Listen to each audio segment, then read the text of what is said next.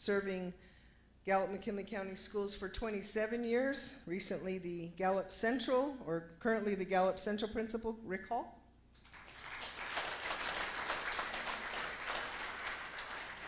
A custodian from David Skeet Elementary with 26 years of service, Tom Dooley Jr.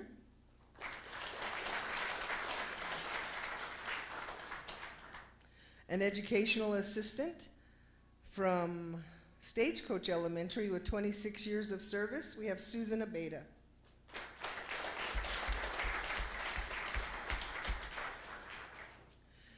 An educational assistant with 26 years of service from Thoreau High School, Carolyn Begay.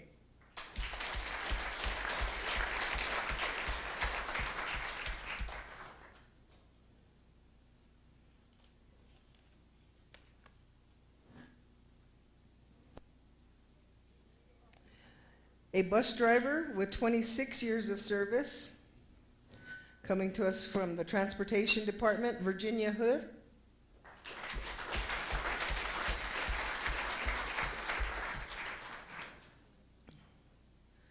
A custodian with 25 years of service from Crown Point Middle School, Ernest Rojak.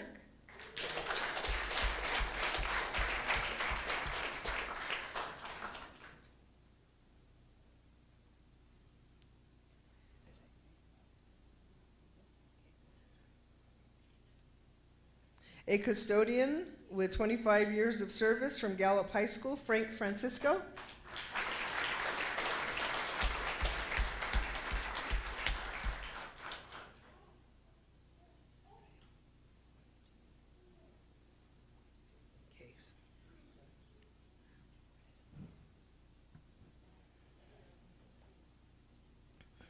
A custodian with 25 years of service from Indian Hills Elementary, Henry Brown.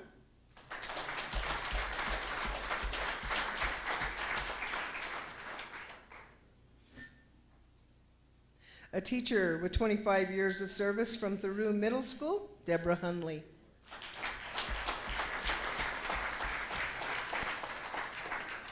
A teacher with 24 years of service from Jefferson Elementary, Melanie Skirsik.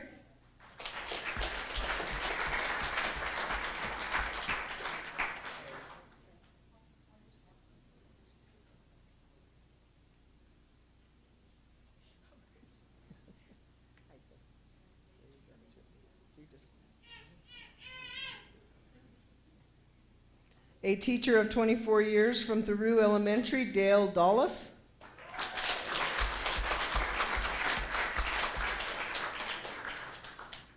Also a teacher from Thoreau Elementary, Eileen Dolliff. Both with 24 years of experience.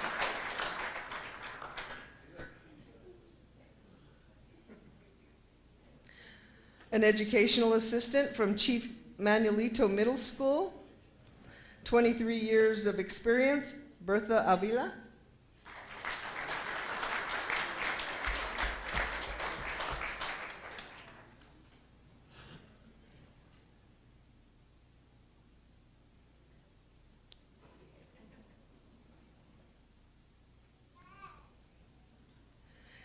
An educational assistant from Gallup High School with 23 years of experience, Roberta Lee.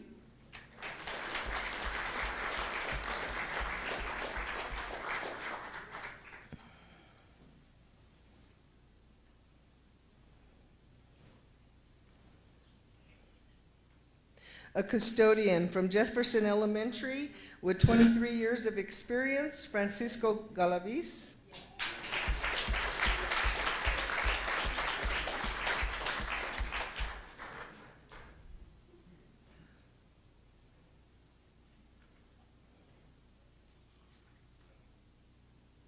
A teacher from Red Rock Elementary with 23 years of experience, Devin Stotler.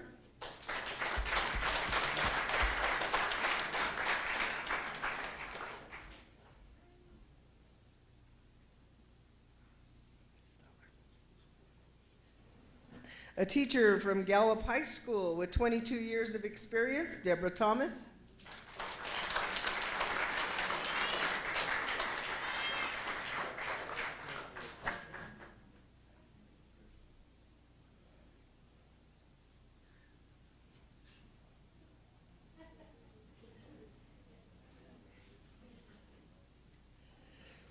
A teacher from Thoreau Middle School with 22 years of experience, Sue House.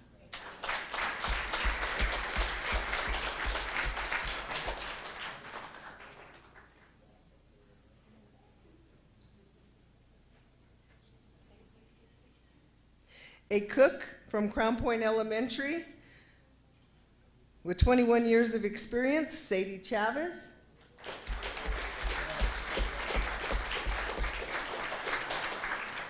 A custodian with 21 years of experience from Del Norte Elementary, Larry Plummer.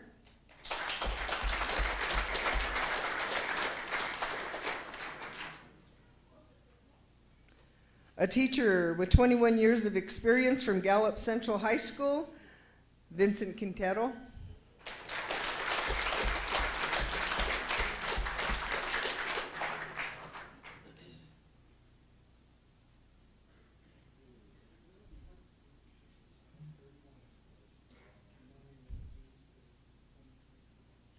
Okay, wow, 31 years total with 2 schools, he's saying. So that's good, congratulations.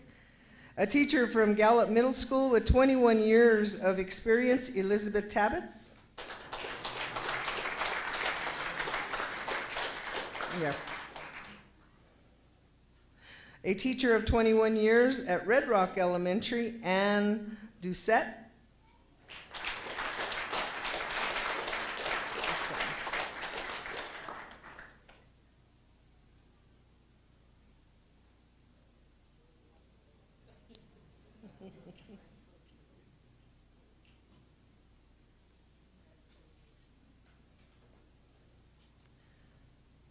A school liaison for 20 years from Catherine Miller Elementary, we present Rita Gray.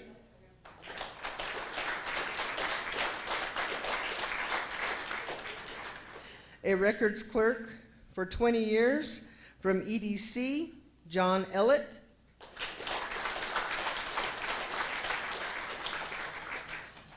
A teacher of 19 years from Rocky View Elementary, John O'Leary.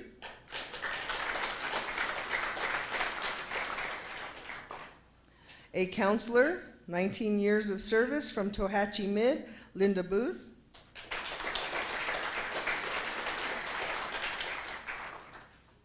An educational assistant with 18 years of service from Crown Point Elementary, Pearl Henry.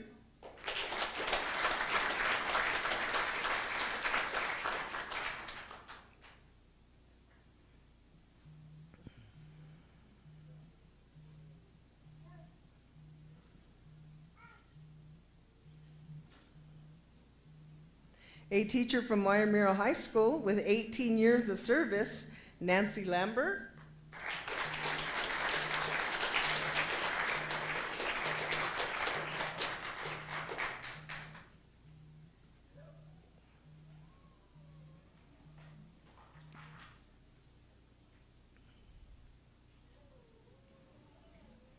A bus driver with 18 years of service out of the Transportation Department, Doris Thompson.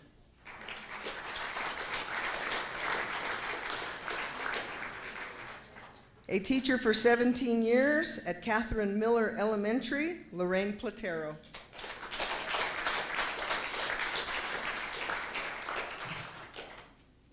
A teacher of 17 years from Roosevelt Elementary, Lorraine Hibbard.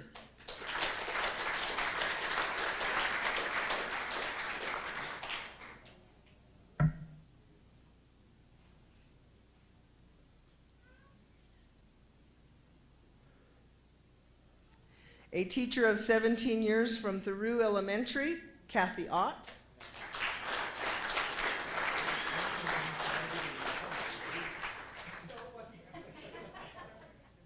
A teacher of 16 years from the Educational Development Center, Jenny Taminga.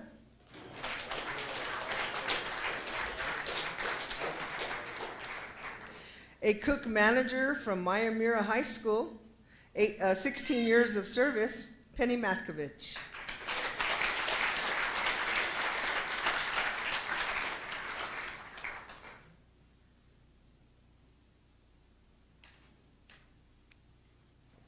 Congratulations. A custodian with 15 years of service from Gallup High School, Leo Kenlicini.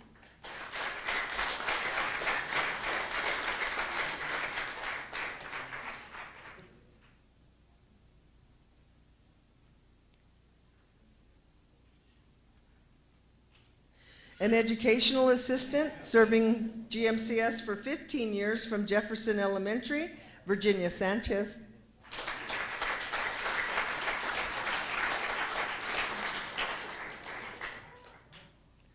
A secretary for 15 years at the Student Support Center, Judy Harmio.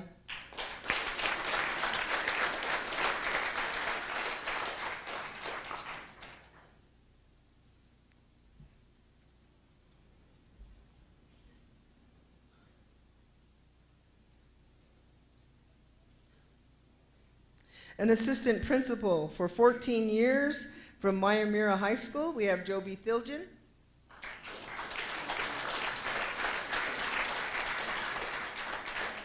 An educational assistant with 14 years of service out of Rama High School, Deborah Bond.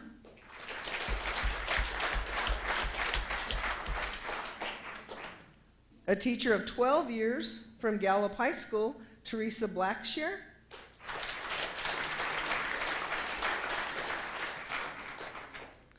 A teacher of 11 years from Rocky View Elementary, Debbie Maurer.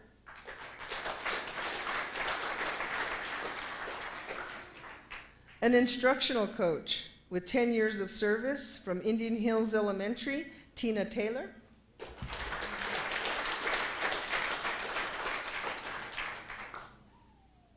A teacher with 9 years of experience from Navajo Elementary, Fanny Thompson.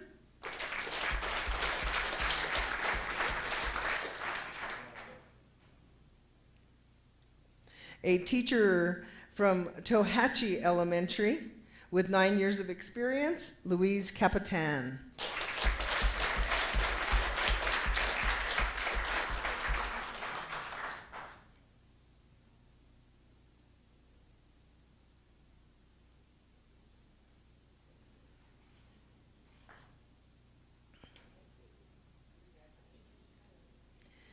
A secretary with 7 years of service from Crown Point Middle School, Helen Murphy.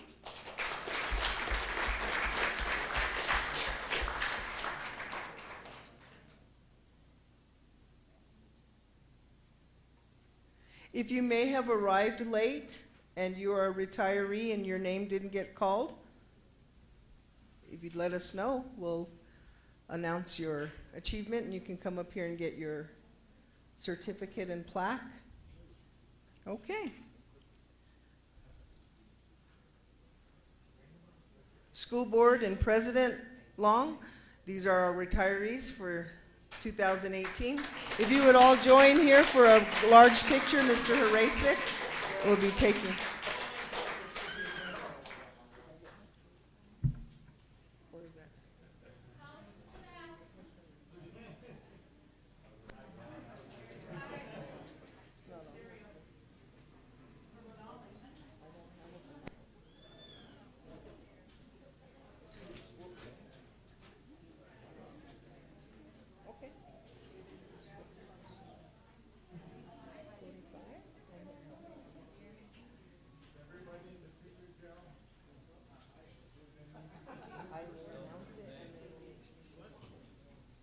Okay. So email me and let me know, and then we'll make you, okay?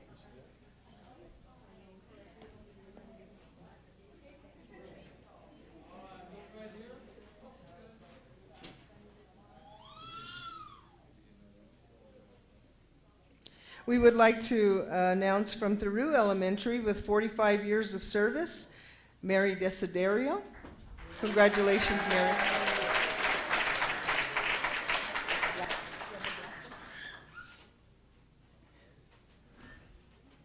Our apologize to Ms. Desiderio. And we'll get you your certificate made first thing in the morning.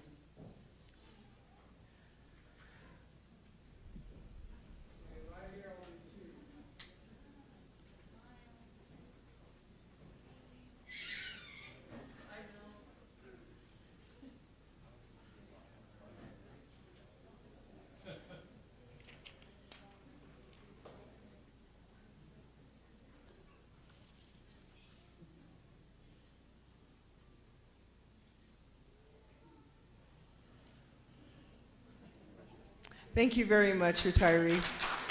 I'll make an announcement about any corrections. Oh, what's that? I said I'll make an announcement about any corrections. Okay.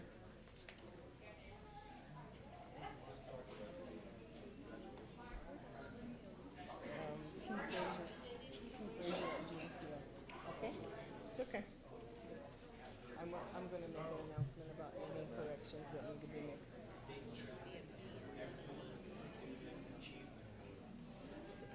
Uh, I believe that is, yeah, I think it is, but we can make you another one just to make sure, okay? So the school board will stay here for the remainder of the awards, but those of you who retired, if there was a discrepancy on your certificate, whether it's your name or your years of service, please let us know and we'll get that corrected. I'll turn the microphone over to Priscilla at this time. Oh no, we're going with Ben first.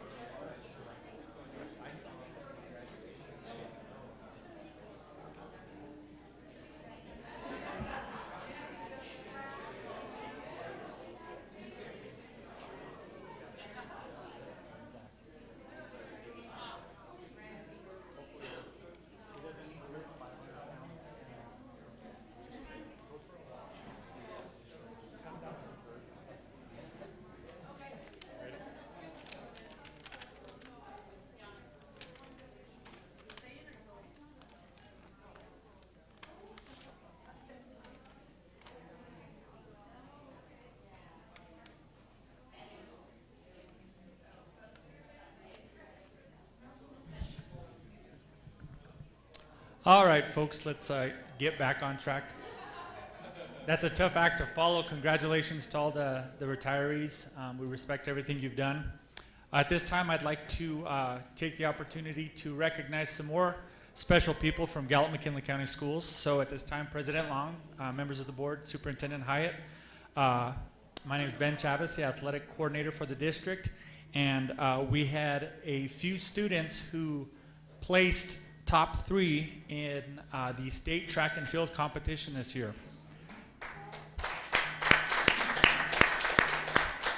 As you all know, track teams are very, very, very big, so coming in top 3 in the state is a huge accomplishment. So at this time, I'd like to call up some individuals.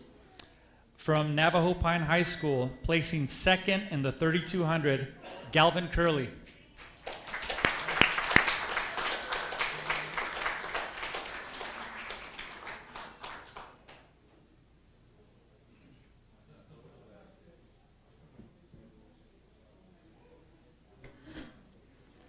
Also from Navajo Pine High School, receiving 2 state placements, 3rd place in the 3200 and 2nd place in the 1600, Michael Marshall.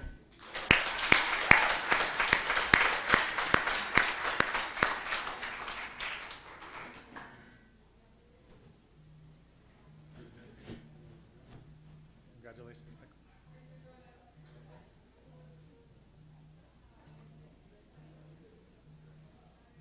So 2 runners for Navajo Pine High School. Congratulations, Sean, your athletic program, everyone. We've got a couple of runners from Miamura High School. First, placing 3rd place in the 3200, Ty McCrae.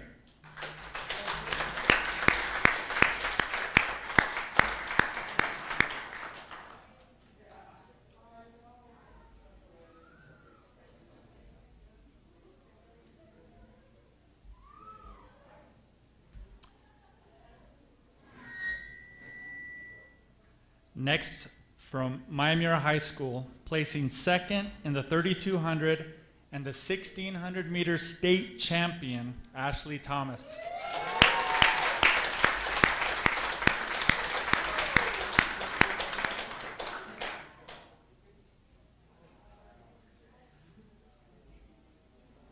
Ashley, they want to know what grade you're in.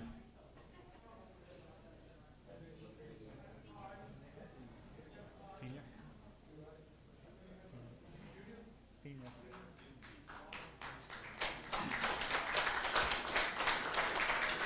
And last but definitely not least, representing Gallup High School.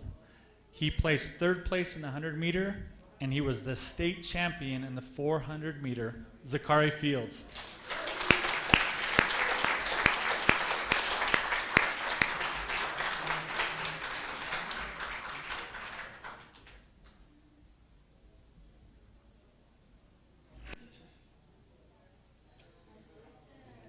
Again, it's always a pleasure to be able to announce the best of the best for the athletes that represent Gallup McKinley County Schools. If you guys will all stay up there, you'll get a picture with the school board and superintendent. Thank you.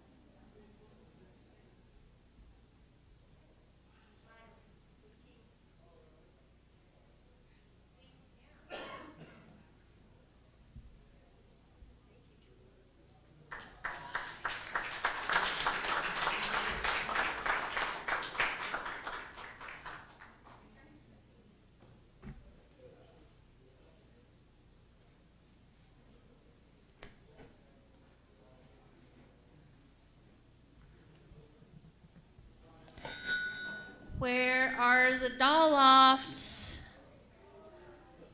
Get in here.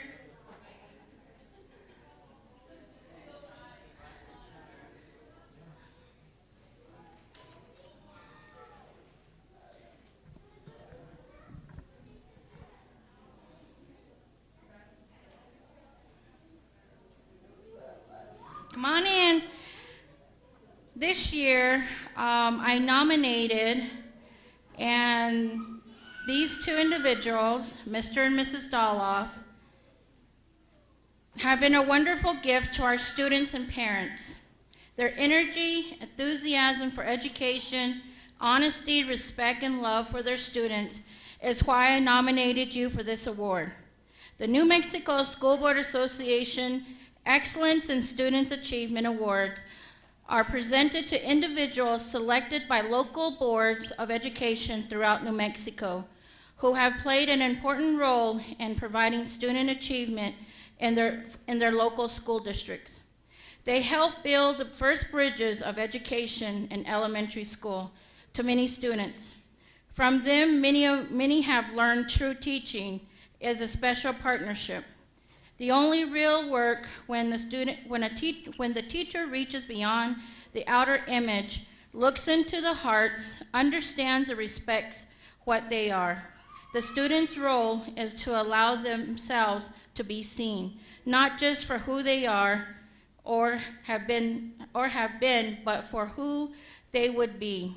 I want to thank you both for the special partnership that you have given to our students.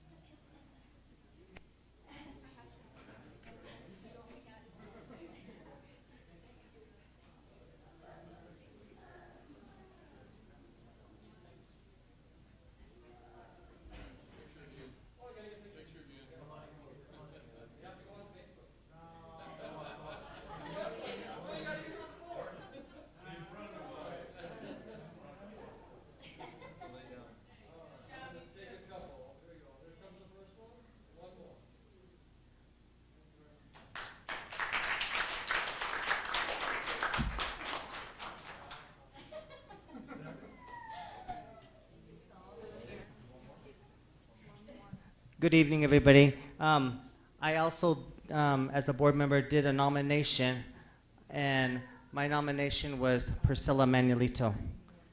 I actually feel that this young lady here is very strong. She stands behind everything she feels that is right for our children in Gallup McKinley County School District.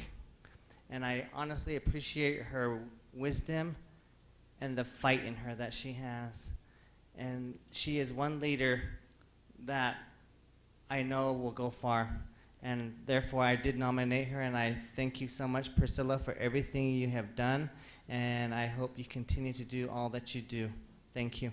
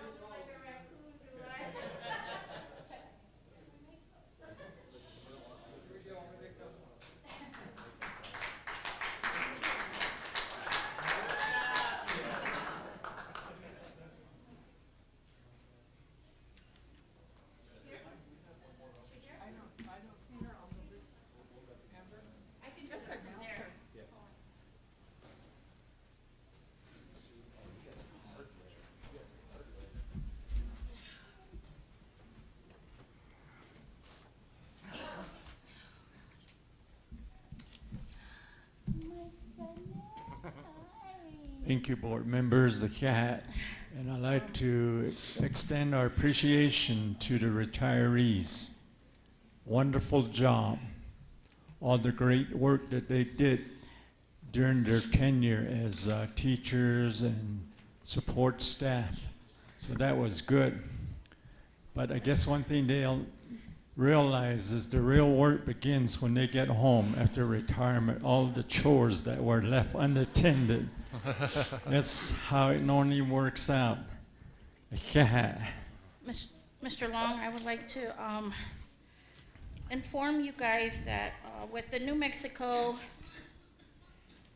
School Board Association Scholarship Committee.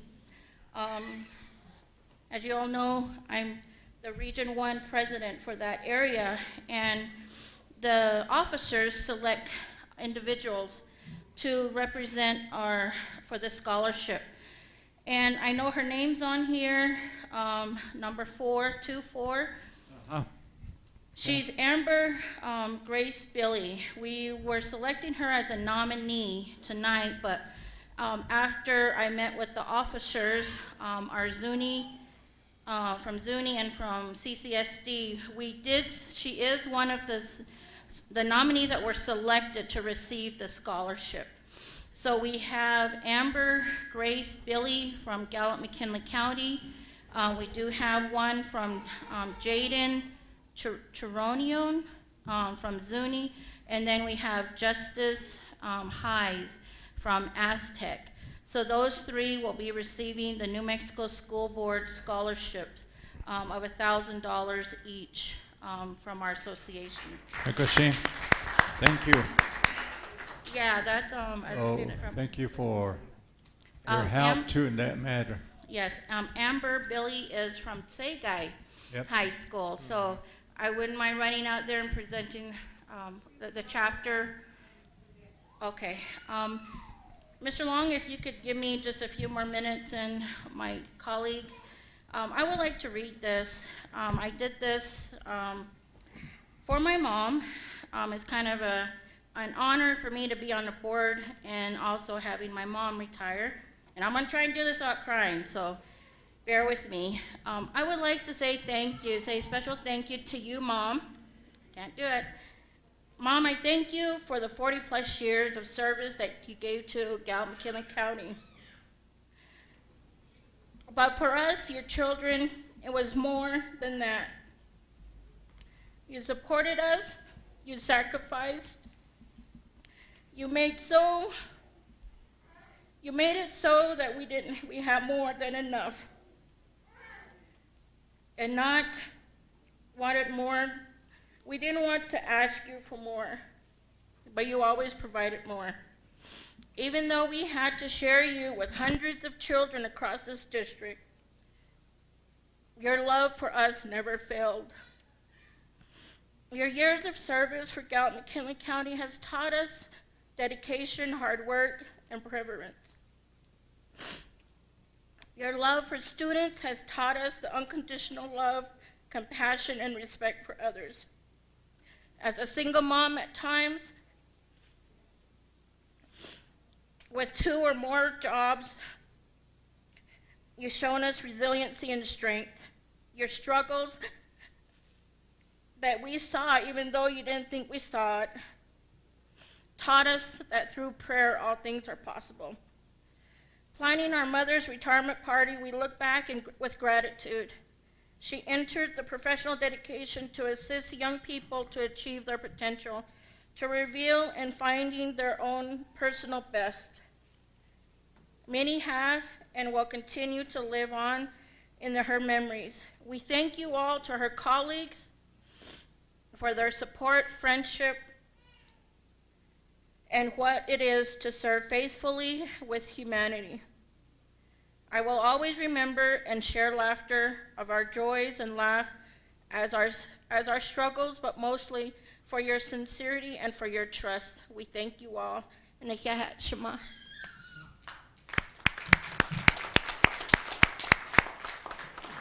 Ricochet, thank you, Priscilla. Anybody missing a cell phone? Me. Oh, okay. No, go pass it on.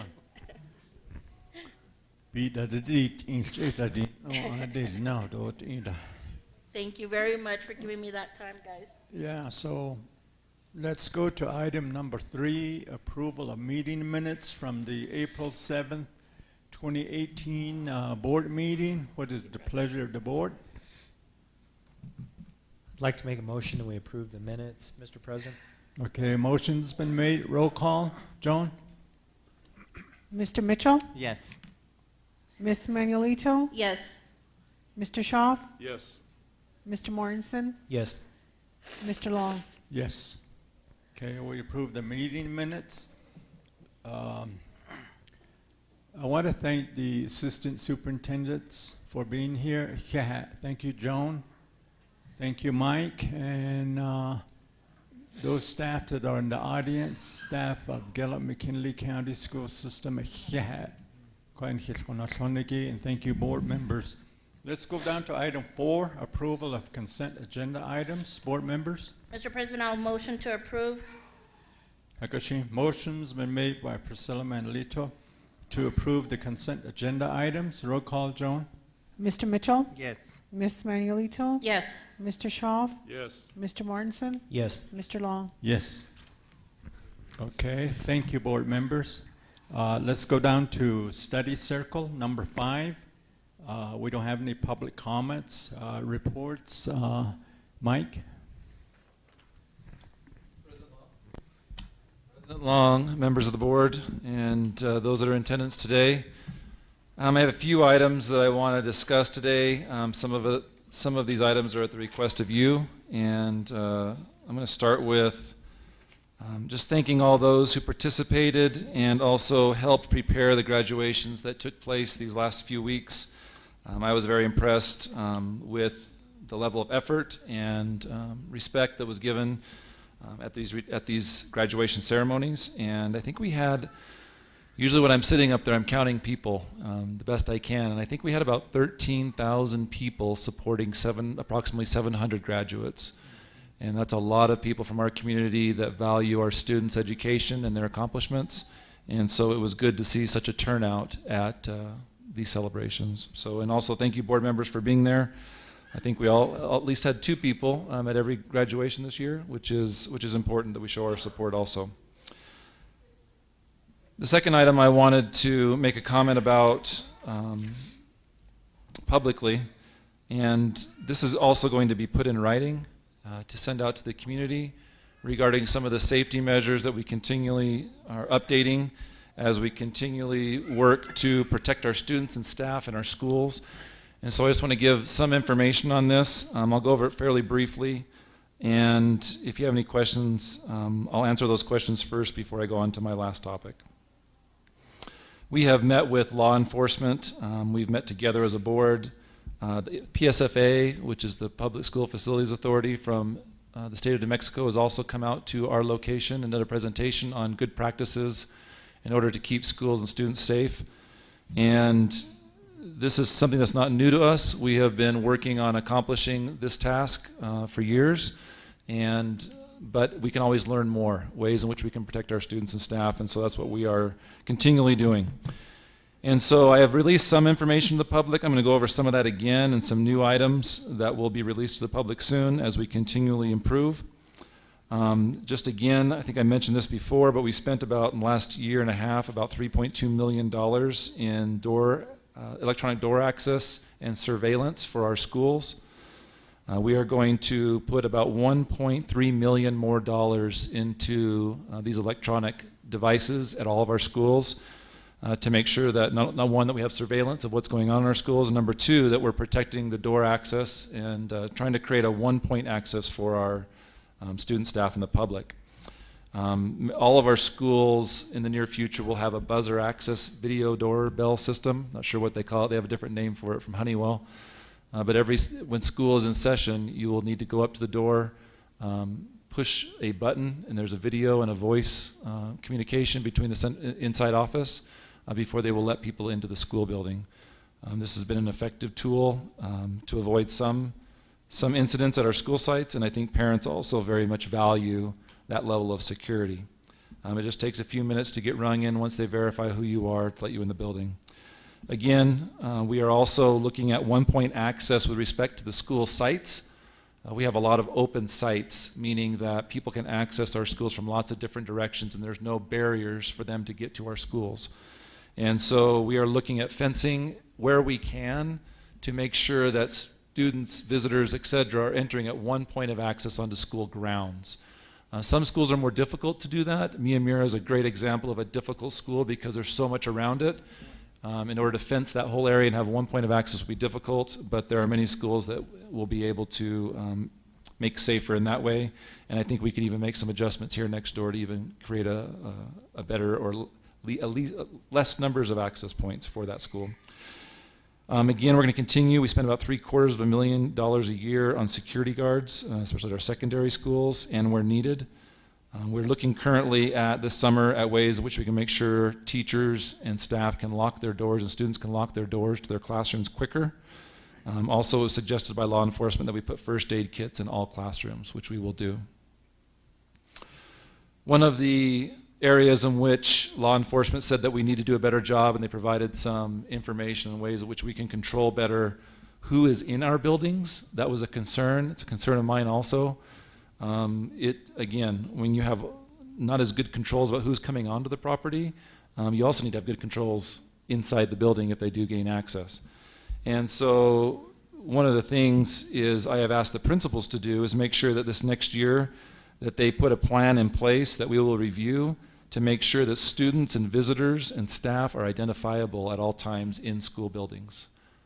I'm giving them leeway of how to do that, but it will be approved by central office, whether that's an ID card. Some schools do have dress codes, which makes it easier and things like that. And so that'll be one way in which we control who's in our schools. In addition, we also are restricting our non-public events for our schools. So, for example, we are only allowing that high schools as students to attend non-public events. These events could be something like pep rallies, they could be dances, they could be other class activities that are happening within the school or even after school. Again, these are ones that are non-public. We will no longer be allowing people who have already graduated, adults or other students who are not in school to come to dances and such, those types of things. We also will not allow students that are not a part of our school to be in the school during school hours. Now, obviously, some students participate in sports. Once school ends, then students will be allowed, as needed, to participate in practices and things like that per the NMAA guidelines and regulations and law. This is a way that we can better control students who are in our schools. We're very concerned about these non-public events and security. And so that's why we need to eliminate paper dating and those types of things to make sure that we have control over who we have oversight over. We don't have oversight over those who are not in our schools. And unfortunately, this is a measure we're going to need to take in order to protect our students and staff. We are also have increased, as I've mentioned before, we've doubled the number of lockdown drills that we do according to the state requirements so that students and staff are better prepared. Also, each year requiring active shooter training for all school sites, each year provided by law enforcement or our current security vendor.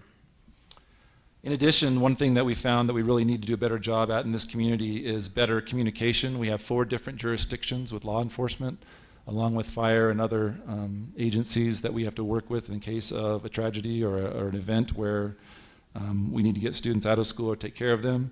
And so we have opened up those lines of communication, and I think this past year I've had more communication with law enforcement than we've ever had, probably for many years. And so that's what we'll continue to do. The plan was to try to meet quarterly or as often as possible with those entities and make sure that we're on top of things so that we don't, we have everything as secure as we possibly can. And I want to express my appreciation to law enforcement for their efforts in looking at our schools and finding out ways in which we can improve. Overall, they say that we do have safe schools, but I do worry, especially in the county where it takes more time to access those schools by law enforcement in case of an emergency.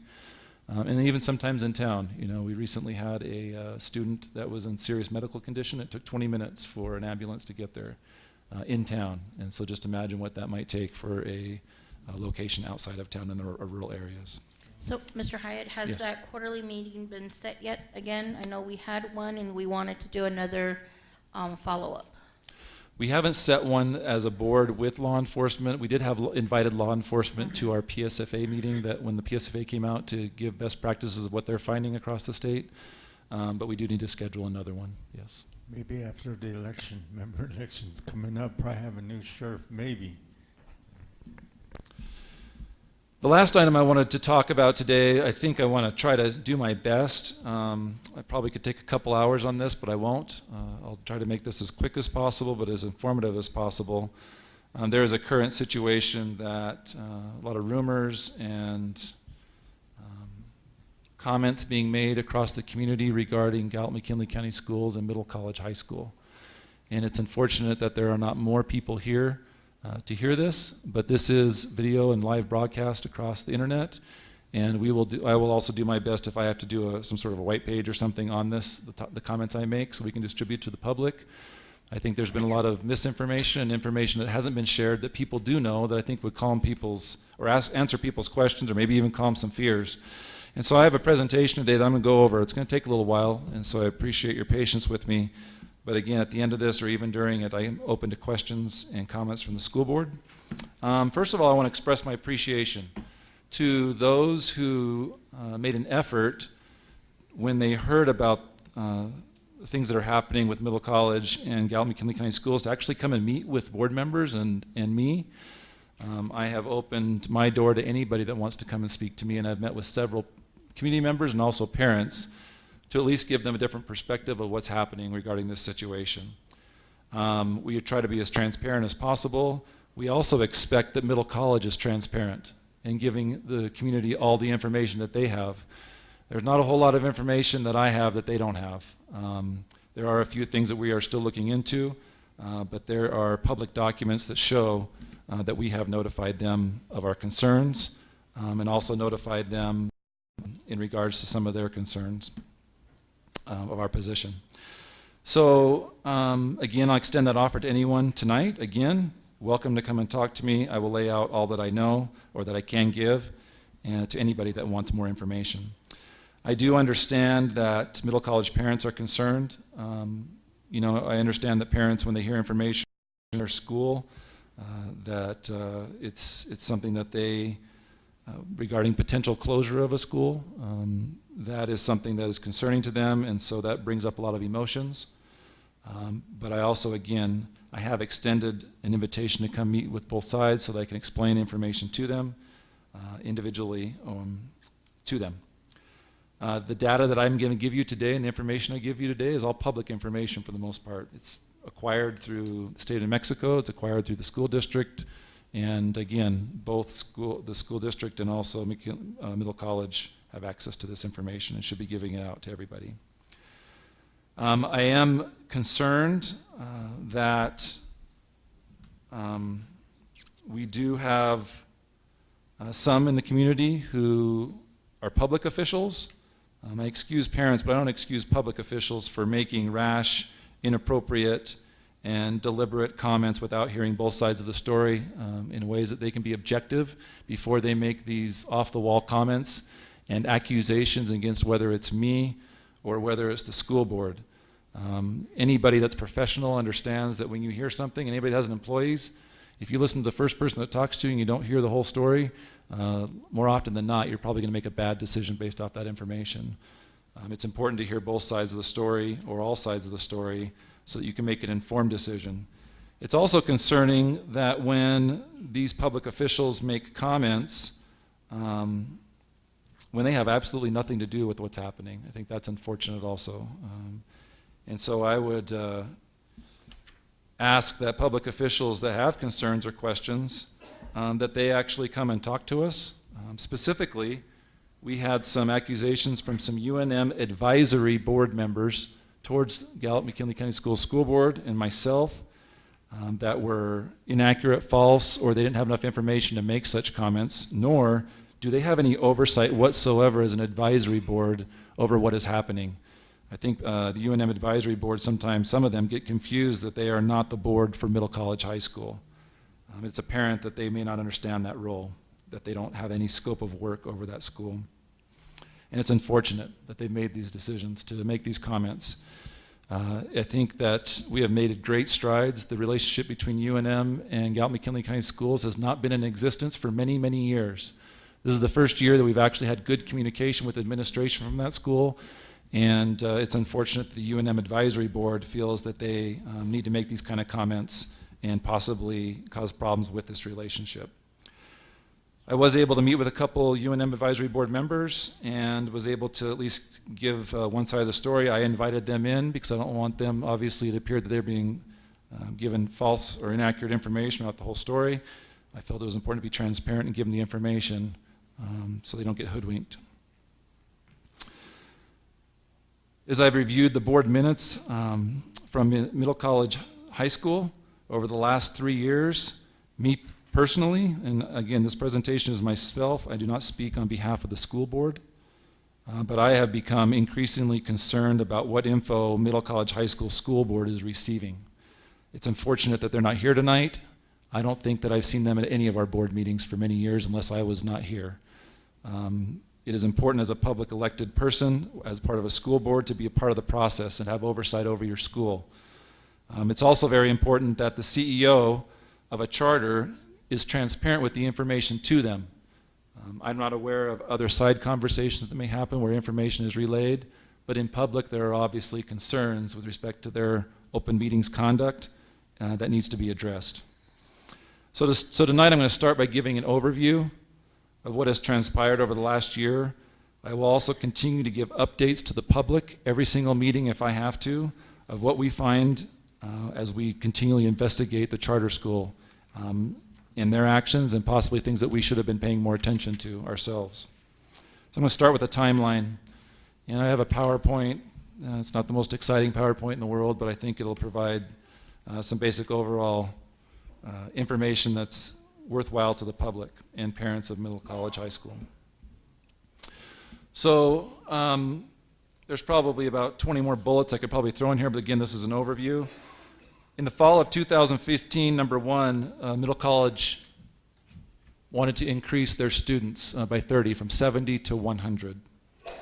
At that time, Connie Torres was the CEO of Middle College High School. And at this time, the request for 30 more students was approved, and it was legally done in an open public meeting with the McKinley, or the Middle College School Board, and also Gallup McKinley County School Board. And I think that's very important, that there is a process that you go through as a charter school when you make decisions, big decisions, such as increasing your enrollment. It has to go to your school board, and then it has to come to this school board. At that time, the administration from the school said that's the max that we can handle is 100. That's all that we can support in McKinley County. Second item, in the spring of 2017, the CEO of Middle College High School, Rob Hunter, unilaterally brought a request to GMCS School Board to raise student enrollment by 20 more students. This request was denied. And the reason for that denial was that there became a concern about the lack of access and diversity of that particular school. And suggestions were made to Mr. Hunter about things that could be done in order to increase the diversity and access to the school. At this presentation, again, Mr. Hunter explicitly stated Middle College High School cannot handle more than 120 students. Item 3 on the timeline. When we heard that information, heard the concern from the board as the Gallup McKinley County School admin, due to their concerns, due to the problems with respect to providing more access, they do have a lottery system at Middle College High School, and so they can't force somebody or pick their students, but there are things that can be done in order to improve the access to that school that have not been. Ideas were suggested. To this date, we have not heard anything from the school regarding these requests or concerns. For me and my administrative staff, we decided to research early college programs across the state, and that is when we began to realize that for the size of county that we have with the number of students that we have, there should be more opportunity for students to participate in an early college program. And so 120 students is not the max that we should be providing for, and that's Gallup McKinley County School's duty also, is to meet the needs of our community. We actually believe that there's probably 300 to 400 students in our school district, in our county, that deserve this opportunity. Number 4, as a result of this, because Middle College High School had already had a program, it had been an A school for many years. This particular year it dropped to a B, which is still respectable. I felt it was appropriate that with this idea of potentially expanding, and I felt that it was important that I at least propose the idea to Mr. Rob Hunter. So in the summer or late spring of the same year, right after this board meeting, I approached Mr. Hunter and stated that I am proposing for myself, and then we could take it to the boards, as a way to expand, because they said they could only offer 120 students access to this kind of opportunity. I knew that I had the availability as a school district, and so as a school board, to provide transportation, food, and other resources to expand the program. I specifically stated that we would leave the school as is with the leadership and the oversight, and we would provide the resources. The only condition is that the school obviously could not stay as a charter. It would have to be a school underneath Gallup McKinley County Schools. And I am guessing, I don't know for sure, I just heard that he was not interested, that that was a concern because there's a little bit of control that's lost. In our perspective, it was to provide an opportunity for more students. And let's capitalize on what's in place to make that happen. Mr. Hyatt, Yes. was there any written response or anything like that, or any reasons given for from Dr. Hunter for not wanting to collaborate? There wasn't specifically to me. It was obvious when I met with him to me that he was not interested, but he did approach his board. I read in his board minutes that he did talk at least about part of our conversation to the school board. And I can get those actual minutes from the board, what they responded, how they responded to that. But I did not get anything back in writing, no. But I did feel, again, that it was out of respect to give them the opportunity that we could provide this. I also understand that reasons why they may not want to, and that I get it. But I felt like it was appropriate to approach them first. In one of the comments, it was talked about them contacting their lawyer about this proposal, and the lawyer stated it's common that school districts try to eliminate charters that are successful, that they may try to do this. That was not the intent to eliminate. The intent was to provide more opportunity and give students the option of not only graduating from an early college program, but also graduating from local high schools, because we had a lot of students that were interested in that. And that's the reason they didn't go to middle college, is because they still wanted to have some sort of attachment to local schools in the county. Mr. Hyatt, I just wanted also to comment that one of my concerns that I addressed to you all was that, sometimes the board is sometimes the last to know. The community may find out before the board, and that's one thing that we agreed that we would do, is that we also tried to reach out. Well, we did have two of our board members reach out to the other board members, their advisory board. No, they're not an advisory, they're an actual board. When I was talking previously, it was the UNM advisory board. Oh, the UNM. Middle college the actually middle has college a board. board, excuse me. Sure. The middle college board that our board members reached out to, and I just think that that's important too, that we did take that initiative to reach out to their board.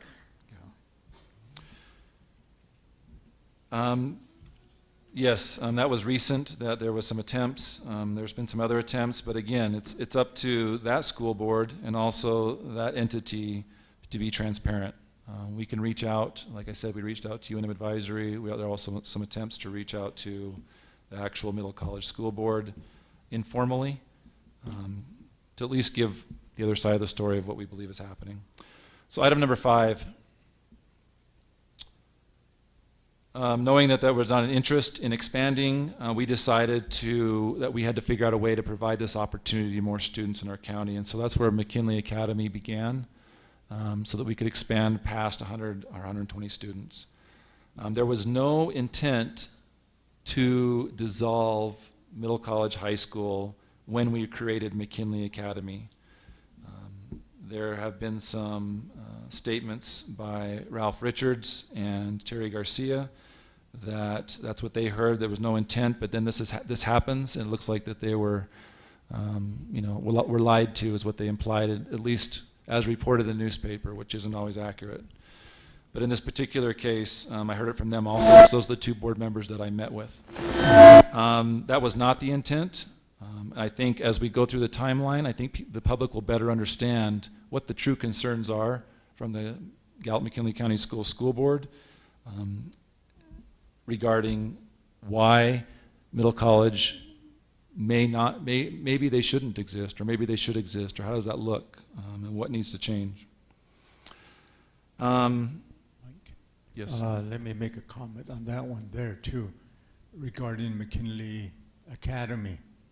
I think the academy that the board was looking at is to address the unmet needs out in the county, the rural schools. Because as I think most of you know, that middle college does not address the needs of students out there. So this pretty much, McKinley Academy was being designed to address those needs out there. And I wouldn't even say just the county, I would say even in Gallup, the city, because I'll share one story of one student. I won't name the name. We had a student apply to McKinley Academy that wanted to become a writer. Very, very excited about this opportunity that we provided. As he told his story to us, he had absolutely no support from his family.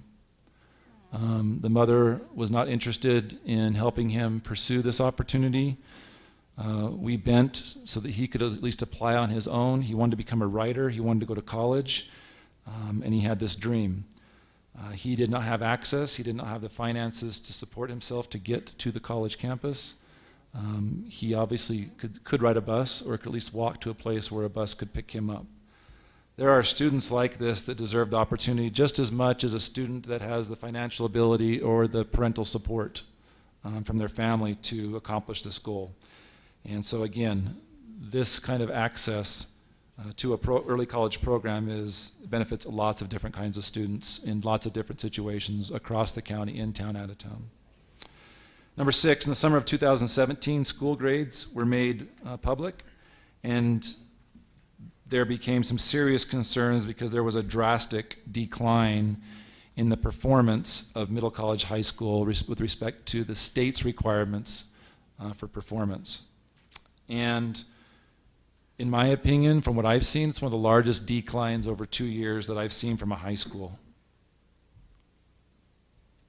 I actually had, I believe, 2 phone conversations with Dr. Hunter talking about the school grade. Our school grade's perfect? No, but there is a wealth of information, and it's not providing inaccurate data. It's providing a lot of data that can help steer your instruction. The last conversation I had by cell phone, I was able to explain why middle college, high school's grade dropped from my perspective and my understanding of the data, and it was due to a lack of growth for when students enter that school. They may come in at a high level, performance level, but when they enter that school, the data was obvious, even from a basic look at the first page of the school grade, at exactly what was happening. They were declining once they were enrolled in the school and years after. Mr. Hunter stated the school grade did not reflect his students' performance, and I have heard that repeatedly from that point on. After that, in the fall of 2017, Mr. Hunter then decided to renew the middle college charter with GMCS on his own. And in addition to the school grade decline, board members were concerned about not hearing any real plan for addressing the access and diversity concern. The board did approve the charter for renewal for 5 years starting July 1 of 2018, under the understanding that this renewal and all the requests were done legally. I think that's a very important point. Things have to be done legally. Number 8, following the renewal, Mr. Hunter requested an increase in enrollment of 20 more students right after this particular time. Again, came to us, I want 20 more students on his own. Again, stated that middle college could not handle more than 120 students. Again, the request was denied.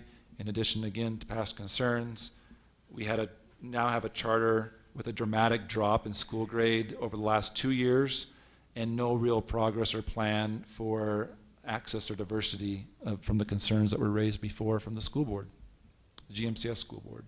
Number 9, the winter of 2017, Rob Hunter introduced their lawyer into the situation when he filed with the state for an appeal to the increase or denial of the increase of 20 students. As a result, we utilized our legal team to respond at that point.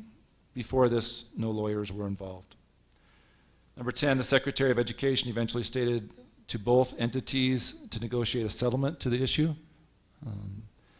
Given the situation, number 11, the Gallup McKinley County School Board considered having a revocation hearing to decide if Middle College High School should exist as their charter.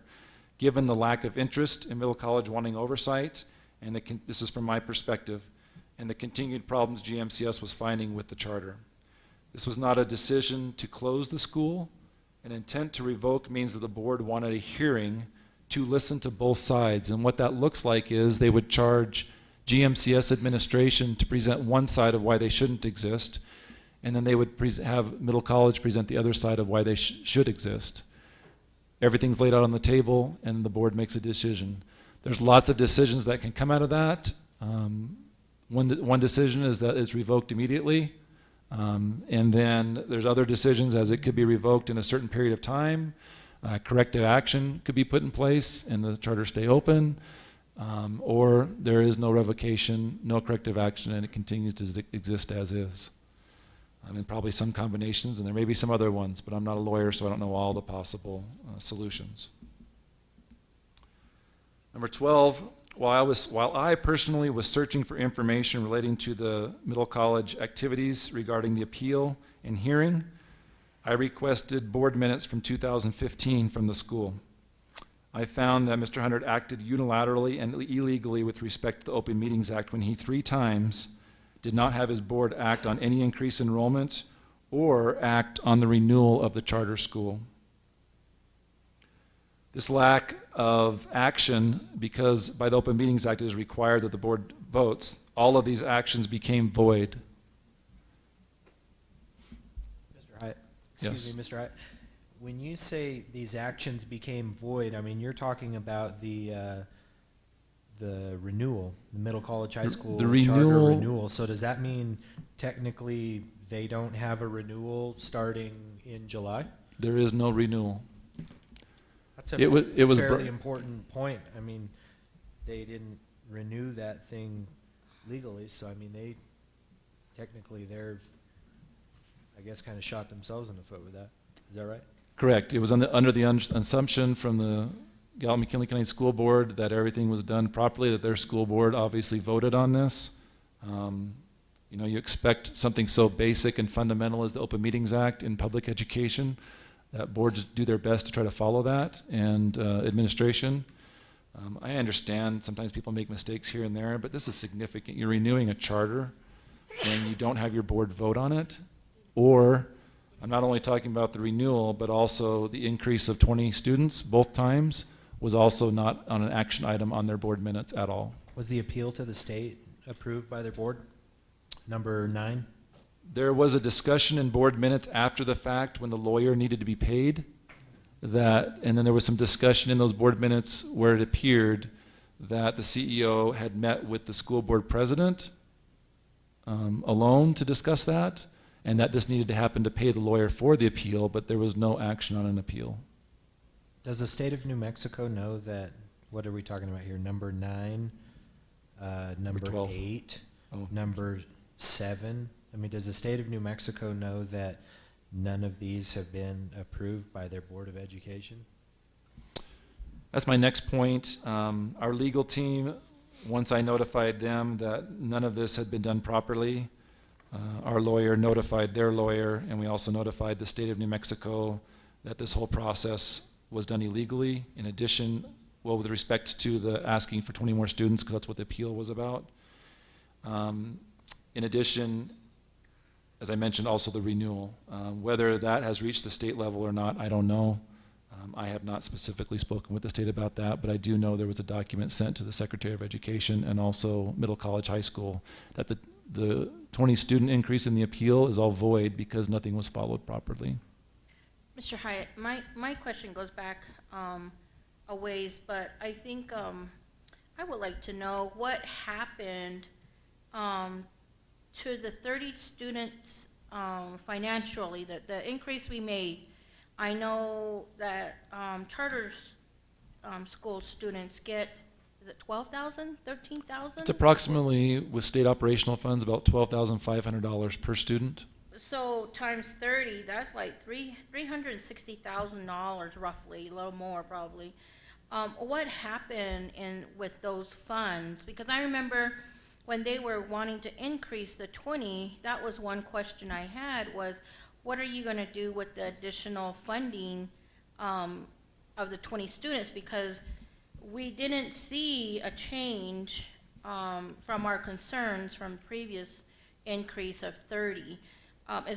Could we look into that to see what happened to the increase of the funding of that amount? I have asked Mrs. Manuelito, President Long, Mrs. Manuelito, I have asked Giovanna to look more in depth at the finances of the school. There are some things I am finding out currently. Some of that is hard to target, but what I think you'll find interesting, and I'll reveal this at the next board meeting, about the significant cash carryover that's being carried over from this school, hundreds of thousands of dollars of a $1.2 million operational budget. I think there's going to be a $600,000+ carryover that they're expecting this next year. So why the hoarding of cash, I cannot explain. I have not specifically looked at the books, but it is quite disturbing when you have an early college program that's relying on state funds, but also relying on even though the tuition is paid to UNM, you are saving funds because you're getting $12,500 per student when Gallup McKinley County Schools get approximately $7,500 per student. But I also think that it's interesting, and I didn't have this in my presentation, but I think that's one of the things that needs to be considered by the public also. And some people take this as me saying they need to go away, and I'm not saying that at all, but it looks like we will spend approximately $1 million to support 200 students in an early college program. Middle college is supporting 100 students with $1.25 million, and they're carrying over this next year. They've accumulated cash over the years to the point where they're going to have like $1.8, maybe $9 million worth of cash to support these 100 students. And that's not their fault. You know, they're just trying to get all the money that they can. But I think it shows a problem in the state of New Mexico with regards to how charter schools are funded. I actually am a person that I believe in choice, but I think it needs to be equitable with the funding. And I think I'll provide some minutes next board meeting also that I think really tells the story straight from Middle College's mouth. There was some minutes during the legislative session this past year. There was I think a Senate bill and a House bill, I believe it was 147, and this was to remove the small school funding for small schools, and this charter school would have taken a hit. And in that funding, it was specifically mentioned in these meeting minutes at Middle College High School with the board from Mr. Hunter that they would likely take a 30% hit if this bill went through. That's how much funding would get cut from that school. So 30% of 1.25 million is a chunk of change, probably close to $400,000. And the specific comment that was made after that, I think really tells the story in New Mexico about what's happening and probably why this bill was put in place. And he stated something along the lines, and again, I'll provide you the exact minutes, but it says, that will be difficult to work through, but we'll be fine. So if I had a 30% cut to my operational fund here in this district, or you did, we'd be probably closing 30% of our schools. But a charter school receiving small school funding can take a 30% hit and still function. I think that's an issue that the taxpayers also need to realize, is how one-sided it's become with respect to sometimes even small district, but charter schools. And so again, I believe in choice, but when you're inequitably funding, and then they're not providing a lot of things like sports and other activities, and they're paying tuition, they don't have to get teachers, as many teachers as they would need if they were in a regular school setting. I think there needs to be some time spent on that again in legislative session so people can really understand what's happening. Mr. Hyatt, that carryover money, I mean, are you able to tell if that's just from one school year, or is no, that it's been from accumulated? multiple. It's being accumulated year after year, and I can show you the data. Could that carryover be used, to address any of the concerns that this board had, in terms of transportation or meals or any of those types of things that might make that might make the school a little more equitable? They could probably buy a school bus and hire somebody for that kind of money. Okay. So there, yeah, there's options, and I think I mentioned that before, that there's money in order to take care of providing more access. I just attended a celebration at St. Bonaventure.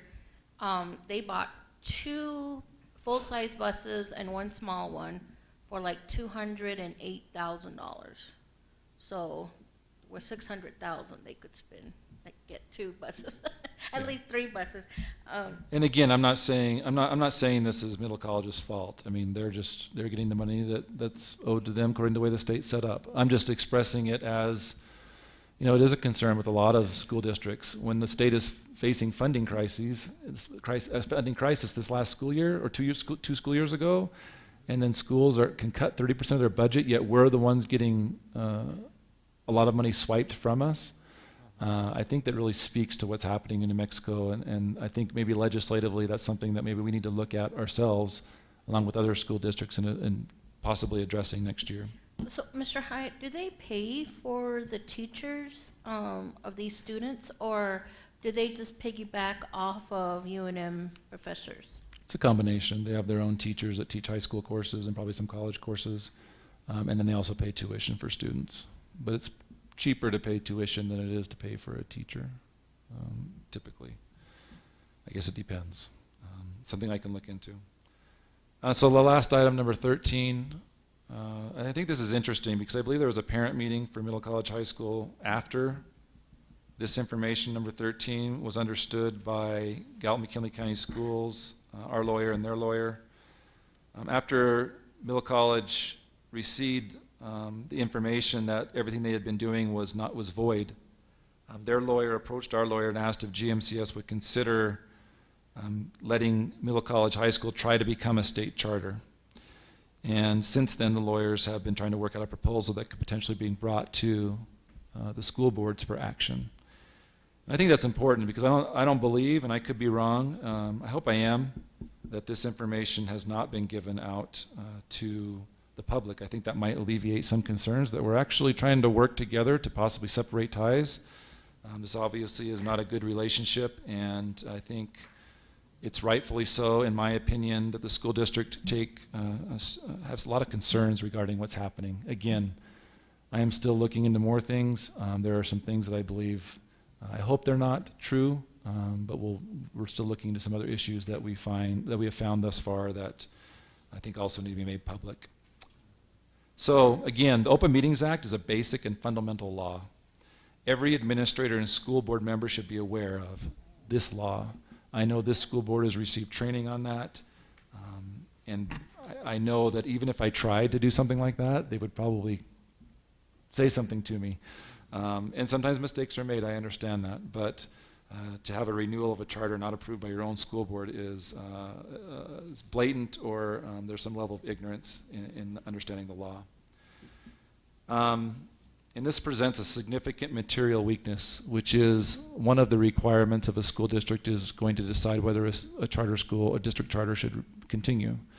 Material weaknesses can be cause for revocation. And so I think there's a lot of questions that should be asked by the community, by parents. Is this law being followed? Why not? Obviously it hasn't been, but is it more so than what I have found? I haven't looked into everything. This is just a quick look at 3 years of board minutes. I haven't read them all. Just looked them over to make sure that things were done legally. Does the community, like Mr. Mortensen mentioned, does the community know that there is no renewal, that it was void, it was never done appropriately?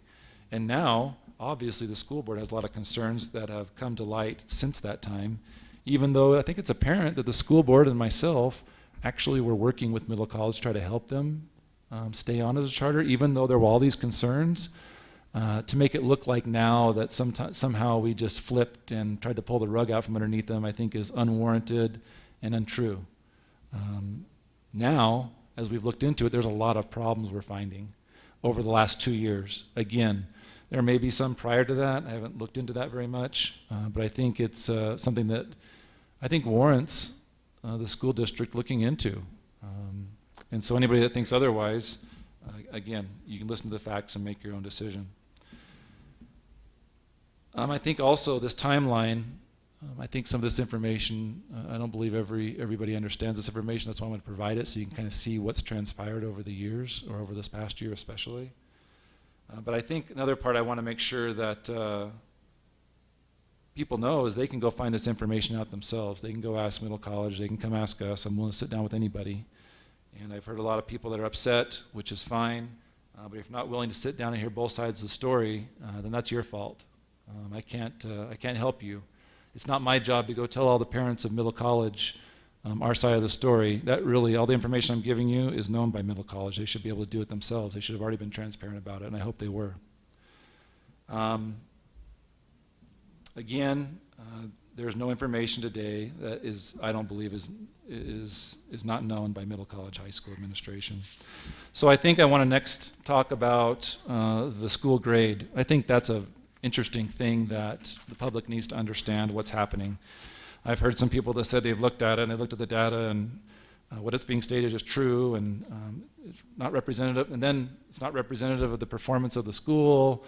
And I've even, if you're an administrator and you can't see this, I understand if the public can't see it, but we're educators, we're licensed administrators, and if you're a licensed administrator and you can't look at the school grade, just even the front page, and see what's going on, maybe you shouldn't be an administrator, because this is basic administrator 101. So let's look at the current academic performance. Again, this has been a concern for the school board. Yes, question?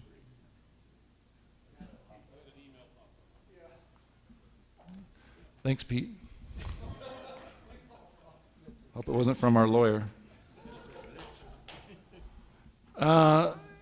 And so let's talk about the school grade. I think this will I'll try to give information that gives an accurate picture of what's happening. This is stuff, all schools have things they need to improve on, Middle College, our schools, but this data is very valuable. This is not just this isn't a dart thrown at a dartboard and say, oh, that's your school grade.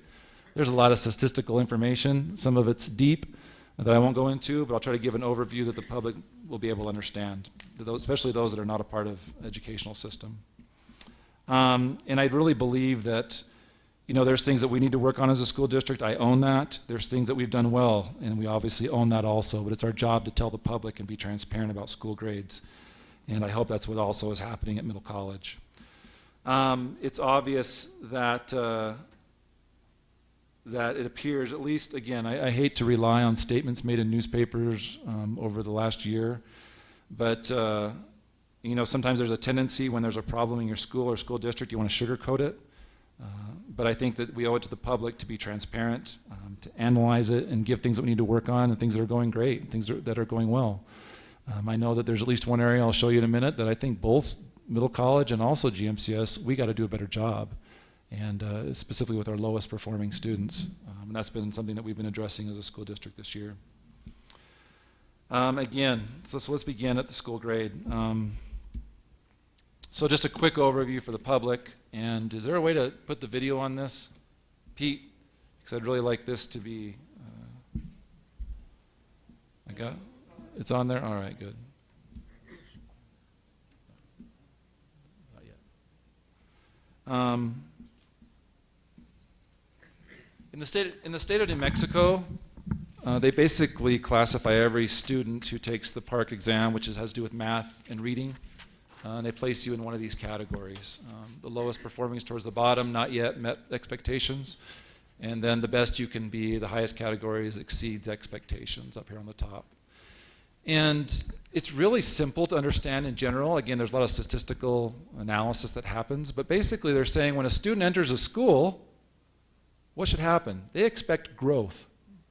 And so they set a predictor of where a student starts here and they go here. That's its expectation. If they drop below that, then they're not meeting the expectation from the state of New Mexico with their growth. And I think parents understand that. I understand it. When I send my students to school, I expect them, my hope is that they perform better. And so the state of New Mexico looks at this over a 3-year period of time. So a student may be down here, and they may grow not quite to partially met, but if they're showing growth, the state will give you points for that. And that's reflected in the school grades. Or you may jump from one category to another, and then you get points for that. If you're in a category or a category and you drop, I think you're not meeting the expectations of the state individually for that student. So I looked at individually over a 3-year period of time. Even if you're proficient, you can be proficient and drop and then still not get points because you didn't meet expectations. But if you're here and you grow, you're going to get points for your school grade because you grew over a 3-year period of time. You even get more points if you're here, approached, and you rise into proficiency, you get more points. And I'll show you where that happens. And also, even if you're proficient and you stay proficient, even if you drop, you can even get points for that. There's a lot of weight on proficiency in the state of New Mexico. And you know, some people have problems with that. I can understand, because if you have a student down here and you help them grow all the way to here, if they didn't get proficiency, they grew more than probably most students, yet they're still not proficient, but they still don't get all the points. So, you know, there's some things I could argue that aren't exactly equitable. But again, the overall 3 years of growth, they look at it. You should try to hit a predictor, and if those students hit that predictor, then you get more points. If they exceed it, you're going to get a lot more points towards your school grade. So it's fairly basic when you explain it that way. The categories, I know this is kind of small. I should have provided copies for the audience, but this is public information. It's on the PED website, Public Education Department's website. I think this is important that we go over these categories so you understand a little better. This top category, current standing, it's worth the most. You see over here on the right-hand side, 30 points. And this is what's interesting is that, and I think start telling the story of what's happening, is this category has to do with proficiency. So if you're doing well with your proficient students or students are becoming proficient, this is where you're going to get a lot of points. And if you can see, 2 years ago, Middle College got a lot of points and they graded them as an A, the state did. And so that means that students are becoming proficient or they're staying proficient, you're getting those points, there's growth. Or they're proficient and they've grown within that proficiency range. Second category is overall growth for all your students, whether they're proficient or not, and how they performed. And that's also weighted with 10 points. I mean, these first 4 categories all have to do with students' performance. The next one, highest performing students, how well those, that's the top 75% of a school. So they look at the data from the top 75%, and again, they look to see whether they grew or not here. Did they grow or did they decline? And so you're going to get points if they grew. And lastly, and again, you can see they got A, B, A. In the last section, a D. And in our school district, we've also struggled in this area. The bottom 25%, we call the bottom quartile. Over a 3-year period of time, we need to do a better job. And in this particular situation with Middle College, it also shows by their school grade that they need to look at those bottom quartile of students, the bottom 25%, and try to find more ways in which we can help those students succeed. So highest performing, doing well, lowest performing, not doing as well. These last 4 categories don't have to do with the PARCC exam specifically and their reading and math scores. These last 4 are pretty self-explanatory. And again, this information and more explanation is available on the website, the PED's website. There's 3 or 4 more pages to this document, and it gives you more explanation. Opportunity to Learn is a survey that's given out that students can rank their teacher and the scores, or not the teacher, but the teacher's performance as a teacher. And so you get points for how well your students feel that your teachers are doing, and parents. Also, there's a graduation. Obviously, that's pretty self-explanatory, has to do with attendance and graduation rates. The next section is college and career readiness. Middle College is always going to do very well in this area because they're an early college program. There's a lot of dual credits. Anytime a student earns a dual credit, they're getting points in this area. So given that a lot of Middle College students are taking dual credit, a lot of points, it's probably going to max out every single year. So that's a good thing. And lastly, there's bonus points. There's some other things. It's only worth 5 points, but still other things that you can do to get some extra points for your school grade. So I hope that gives an overall explanation, and then they give you a score. You can see the bottom here. Is this 2015? I believe it is, correct? Yes. Yeah, 2015, and their scores at the bottom right here, 81.64. They take all these points into consideration, and if you look at this, Middle College is the red line, the state is the orangish yellow line. And so you can see a lot of areas they outperformed the state 2 years ago, which is a good thing. And then again at the bottom is a total. So here's where you start seeing some problems when you look at 2 years ago compared to now. And I don't have any information per se as to why this is happening. You know, that's probably take some more analysis, and really that should take place for the Middle College to be able to explain this, of what's going on. But just saying that we have proficient students, that makes us a great school, you're going to see that that is not worth any weight. It definitely gets some points for that, but you're going to see pretty quickly here in a few more slides how it's not expected just to keep kids proficient. You got, I mean, not just to get proficient students into your school, but actually help students grow. And so let's go to the next slide and show from 2 years ago to current year. And I highlighted specifically the top 4, because these have to do with performance. Again, as I mentioned before, these 4 and these 4 have to do with the performance of the school in the park exam. And so it's pretty here again. Current standing, proficiency, went from an A, and got 20 points. In 2 years of time, they became a D. So what that's telling you right off the bat, it's simple to see, you probably have proficient students that are no longer proficient, or they're dropping in that proficiency range. That's why that grade is what it is. Okay? The next column, our next section or indicator, we call it, is school growth. Again, that's overall school growth. It went from a B to an F. That means not only are your proficient students dropping, but overall your students, whether they are in any of these categories, on average, they are dropping in their performance on the park exam with reading and math. Third category, again, I think we talked about this a little bit. You'll understand that you get the trend that's happening here. You have highest performing students, which typically at middle college, they're coming in at proficient at a high level. What's happening to them is showing that they're declining. They went from an A to a D. That tells you that even your highest performing are dropping. And then the last column is that I'm going to talk about is lowest performing. And they went from a D to an F. That means in that particular category, those students dropped also that are in the bottom quartile or bottom 25%. The other areas, I can run through those. You can see them. For opportunity to learn, I went from a B to an A. That means parents and students think that things are going well. Graduation rate dropped from an A to a D. So I heard a quote in a newspaper recently that they're graduating more students, and they may be. Typically, students in an early college program do better than other schools. And so, but there has been some drop there. And then college and career readiness, as I stated, they're always going to get an A probably because they're taking dual credit, which is a good thing. And then bonus points increased some also. They got some more of their bonus points. Mr. Hyatt? Sure.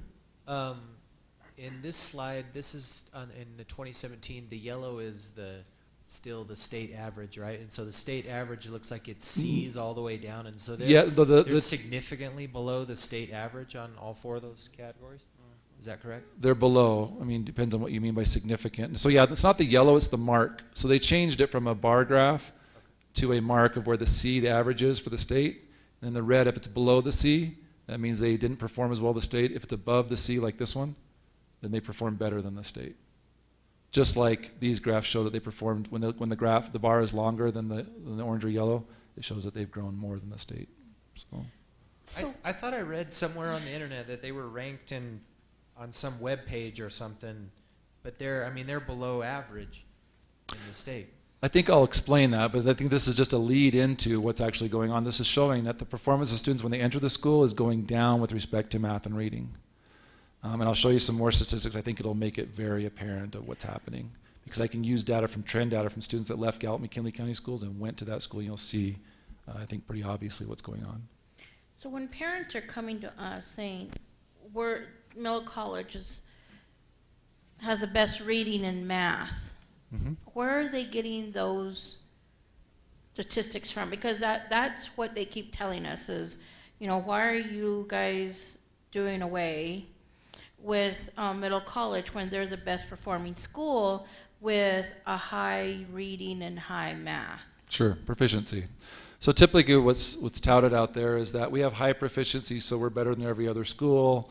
Our proficiency indicates that we're performing at a high level. The school grade is not indicative of what's happening in the school with performance. I've heard the same thing. And I think that these next few slides will be very telling about what's happening. Just because and it's different for a school like this, they get students for 3 years, whereas, say, Gallup McKinley County Schools has students from K-12. And so you can watch a student's performance grow or not grow over those years. Well, what's happening at middle college, as you'll see in a minute, is that they're receiving a lot of proficient students, but it's what's happening to those students once they get there. Middle college isn't necessarily, for the most part, helping students become proficient. Actually, when they get there, they're dropping. And so to say your performance is great because you have proficient students, even if you didn't create those students, is extremely misleading. It's like me saying I had 500 kids go to Miyamura proficient. That means we're a great school.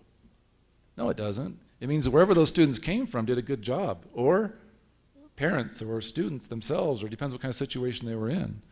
And so I think that is what I want to talk about next. I think it'll answer your question. Mr. Hyatt, so with these park grades, scores, you're able to look. I mean, obviously, we can't go into individual student grades Correct. here, and we would never do that. But I mean, you're able to look at averages or student grades all through K through whenever they went Sure. into middle college, high, and I see can like for that. our students that were in Gallup McKinley Correct. County Schools, and I'll show some data here in a minute. If a student comes from Rehoboth or comes from homeschool, the first time they take the Parks test is at that school, at middle college. They don't take that test at any of those schools or at homeschool, obviously. But we do that. So we can look at the trend data. Most students that go to middle college are coming from Gallup McKinley County Schools, predominantly Miyamura High School or Gallup High. But if you look at this score, and I'm going to show you a couple slides or a couple pieces of data next regarding this bottom score, how it went from an 81.64 to a 57.95. Again, one of the most dramatic drops in a high school grade that I've seen, which speaks to there's a problem. And that problem needs to be owned, in my opinion. I'd be diving into this data to figure out what I got to do differently. This didn't happen years before. They were an A for many years. And that's an achievement. To stay as an A and to continually grow your students is an accomplishment. It's not an easy task.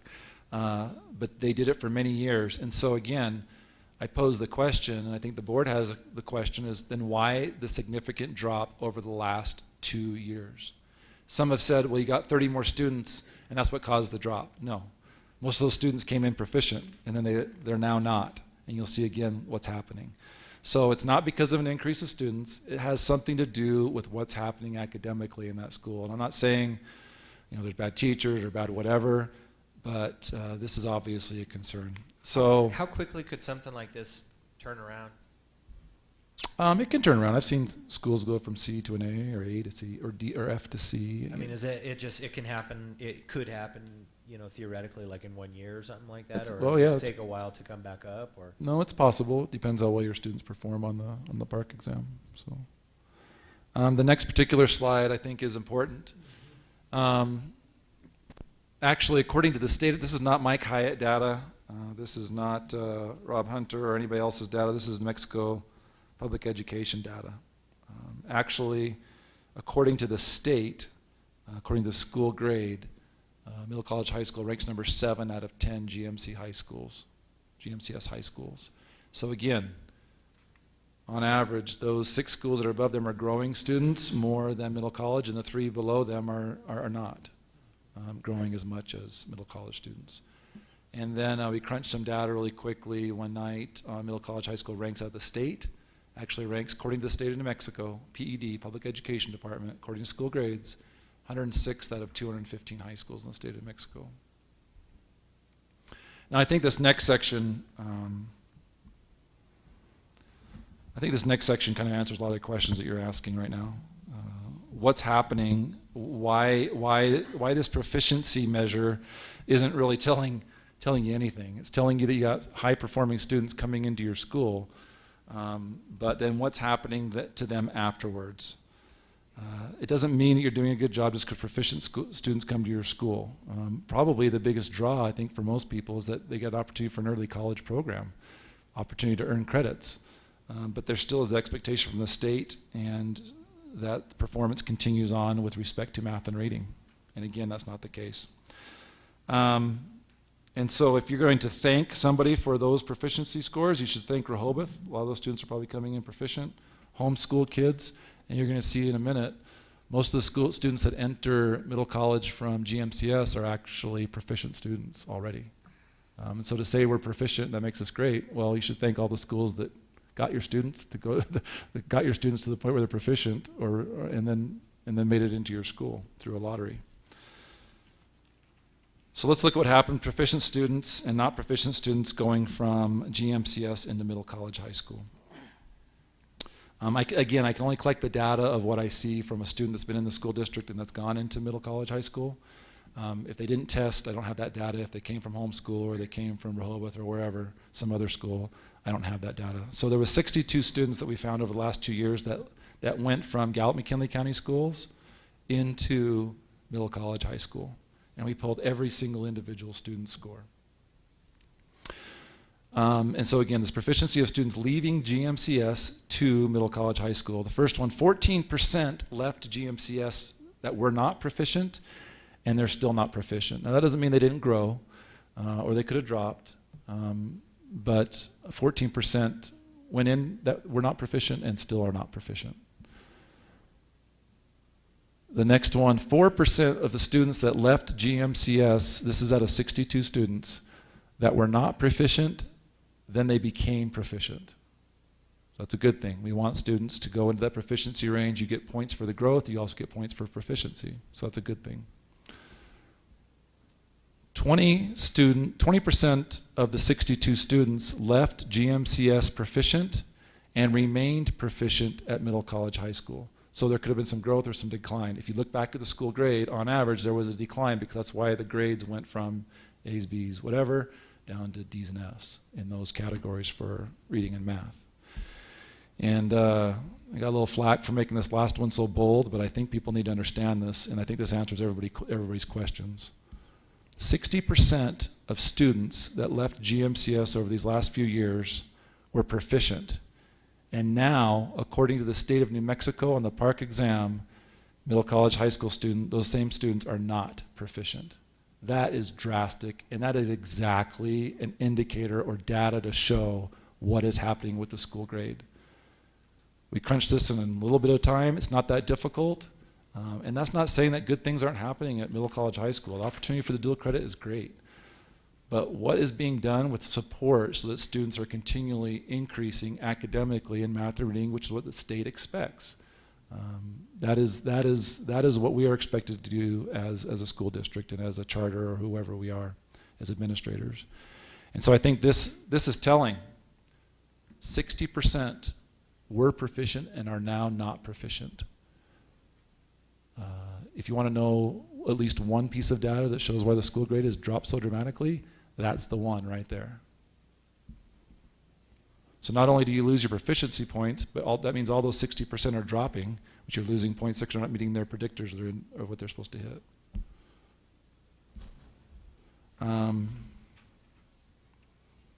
Any questions regarding school grades, how that works? Again, I tried to make it plain, especially on this slide, for the public to see. It's a good thing that students are proficient, but that's not an indicator of whether your school's performing. It's whether you're helping students grow. So again, the mantra of we're proficient, we're great for any school or any school district.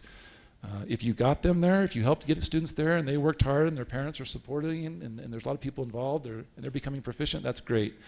That means you're doing a great job. But if they're not growing, then you got problems and it's going to be reflected in the school grade. Mr. Hyatt, is there any correlation at all, between these proficiency grades and GPAs or grades that kids are getting in school? I mean, is there any correlation at all? I mean, are kids just There is at flunking out? times. That would take some more deep statistical analysis, but they're not always indicative of how they perform on the state exam.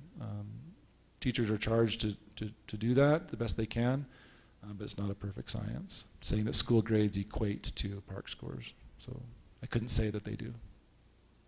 I'm not talking school grades. I'm talking about the actual school grades a student earns in the class, not school grades that we talked about today. And this might be asking for speculation on your part, but I mean, how does it? I'm curious how they receive awards or get ranked, on the internet or whatever this web page is that was in the newspaper or something with poor proficiency grades like this. Well, they still have a high proficiency. because students are entering proficiency, but what's happening when they're entering, they're either dropping out of proficiency or they're dropping. So you can still have a high percentage of proficient students, but according to school grades, what it's showing you is that most of those students, they're entering proficient and then they're dropping. Some are going up, some are drastically dropping. So some of those students may still be proficient. For example, let me go back to this.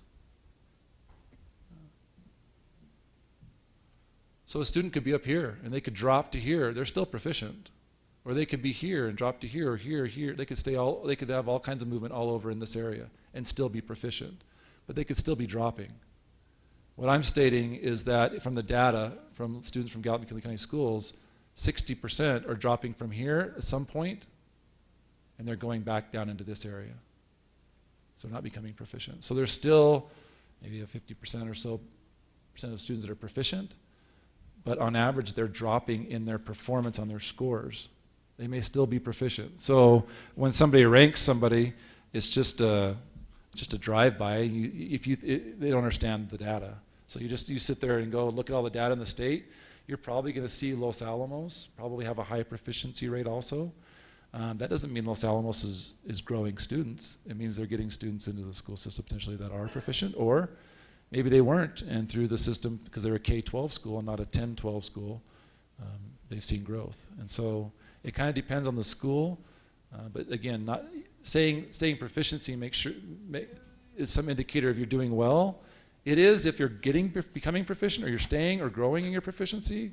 But if you just come into school proficient, what does that tell you?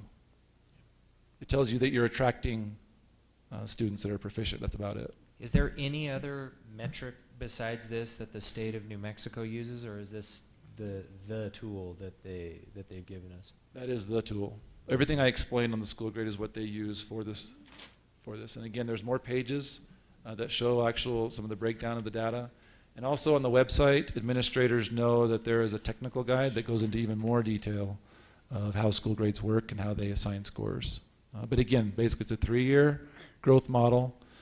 Students should be growing to earn points. Students that are decreasing, you're going to lose points. And then they break it down into these 4 categories. Now again, I know it might call for speculation, but I mean, would these the district kids, would these kids have been better off? Would they most likely been better off if they had stayed at Miyamura or Gallup High or wherever in the district that they would have gone to? We didn't pull it out of every single rest of the 1,000, 1,100 students. There are going to be some that drop, but it's not even close to a 60% drop in proficiency on average. But this doesn't just take into consideration high schools, middle schools, or elementaries, but on average, students in the school district, according to the state, are growing faster than the average of the state. Is there Not by a lot. Farmington's doing better than we are, for example, for large school districts. So there is on average growth, but that doesn't mean that within that growth there are students that are dropping and students that are increasing. But on average, there's a positive trend. Is for there the whole any district. school in our district that experiences this type of growth, or this type of reduction? In their I think we had proficiency one elementary school that experienced this kind of a drop. over the same time period? Yes. Not a high school though. So if something dramatic doesn't happen, this would be a continued trend for this. If students Middle on this college. particular the set of data that they'll acquire from the park exam, for example, for the top 4 categories, if it doesn't improve, then you're going, and students aren't hitting their 3-year predictors, then you're going to see a drop in school grade, or you could stay the same, or you could see an increase if they do better. When are those park exams? They just took place. Just they- barely. yeah, So we'll see last the couple results months, of that when, July. like, in July. typically. So. That next slide, just really quickly, I know there was a concern from the school board with respect to diversity, and so I provided, this is actual data coming from the 40th day reporting that we submit to the state of New Mexico. And so this is the breakdown ethnicity of since 2010, 2011, up until this year on the 40th day. So we have 3 reporting periods, the 40th day, the 80th day, and the 120th. This particular one represents the 40th day, and this is about the time right after that's when you guys were making decisions with respect to the second request of 100 or 20 more students in the fall. So this is the data that was provided to you. I think now they're at 40% for the 120th day. So there's been 3 more students or so that are Native American, for example. But this is how the data is reported to the state. This is what they require from us to provide to them regarding all schools in the district.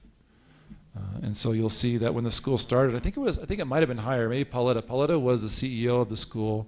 Was it 2 years when the school started, or the first year? For 1 year, but it was the second year of the middle college. Second. Okay. Do you remember do you have were these close to what they were when you were there also, like in the beginning? About 45, 47% about 6, 7 years ago for Native American population. Dropped, gone up a little bit, which is a positive thing. So. Mr. Hyatt, Mr. Long, members of the board, way back, once upon a time, yes, I was, after I left Arizona, skipped the border, and I was a middle college high school principal for 1 year, and that was in their infancy stages. This was year 2, and at that time we had 25 students. The goal of middle college high school back then was to get the students who have dropped out or have been expelled or facing suspension, and those were our high-risk kids, that if this is another option for them, this is an alternative to the traditional high school setting, this is the place to be. So at that time, I do not recall exactly how much the diversity of the population was, but I know we had students coming in from Crystal, New Mexico, Crown Point through area, down towards Rama area. They were driving themselves or catching the city bus, Navajo Nation bus, to get to classes. So at that time, there were no transportation, no food, and all but one teacher was a UNM faculty member. We had one counselor that I was working with, and that was the extent of what middle college, their initial purpose was to get an alternative setting for at-risk kids, giving them another opportunity again to be successful. That was the goal of that school back then. And so it was, from what I understand, and you correct me if I'm wrong, that the school was created initially under the school district to serve at-risk students. Is that correct? Yes, it is. Okay. And this interesting thing, I didn't put it in my presentation, but we cannot find any contract that's been approved ever for Ms. this White, particular charter Ms. school. White, I have one question for you. I'm So- sorry, Mr. Hyatt, I didn't mean to Go interrupt ahead. you. Back then, for that 1 year, how did you quantify when you were, in charge of admissions or whatever? How did you quantify at-risk kids? Like, how did you decide, oh, they're at risk, you're in, or whatever? They took all the kids at the time when I got there. I got on board late July, and the students that were already admitted into who was coming, and they had to do a compass testing, and we had some demographics, and so from there they were saying that I already dropped out. I am almost 20 years old, but I only have 4 credits. Those kind of things. So we used that demographics to say they were at risk. So I know more than half of them were at risk, and then we had those that were, I don't know how they got in. Like I said, they were already in the program when I got in. So they were looking at that, and we were continuing. And at that time, when I was hired as the principal, I was told, you don't have to worry about teacher evaluations because you only have 1 teacher, and all the UNM faculty are the teachers, so you don't have to do any teacher evaluations, and don't worry about transportation, food, security, all of these other things that a regular principal would have to be concerned about. Thank you. Thank you. Mr. Hyatt, when did it stop being for at-risk students up there? Given that there is no contract that the school district has, the state has, nor middle college has, I couldn't tell you what's going on. That's my first year. I had a chance to dive into it a little bit recently, and I do have documentation of a couple renewals, but obviously there are some problems when nobody has a copy of the contract. And the state doesn't have a copy of that contract. There's obviously no renewal because that's void. So I mean, I can only go off of what I've heard, and obviously Dr. White. I think most people have told me it was designed for at-risk students. And what the definition of that back then, I couldn't tell you. Wasn't that also in Mr. Or Dr. Hunter's report at one of our meetings, that it was for at-risk students? Absolutely, yeah. I've never heard anybody not say that's what it was for. Yeah. And so, yeah. Any other questions from the board?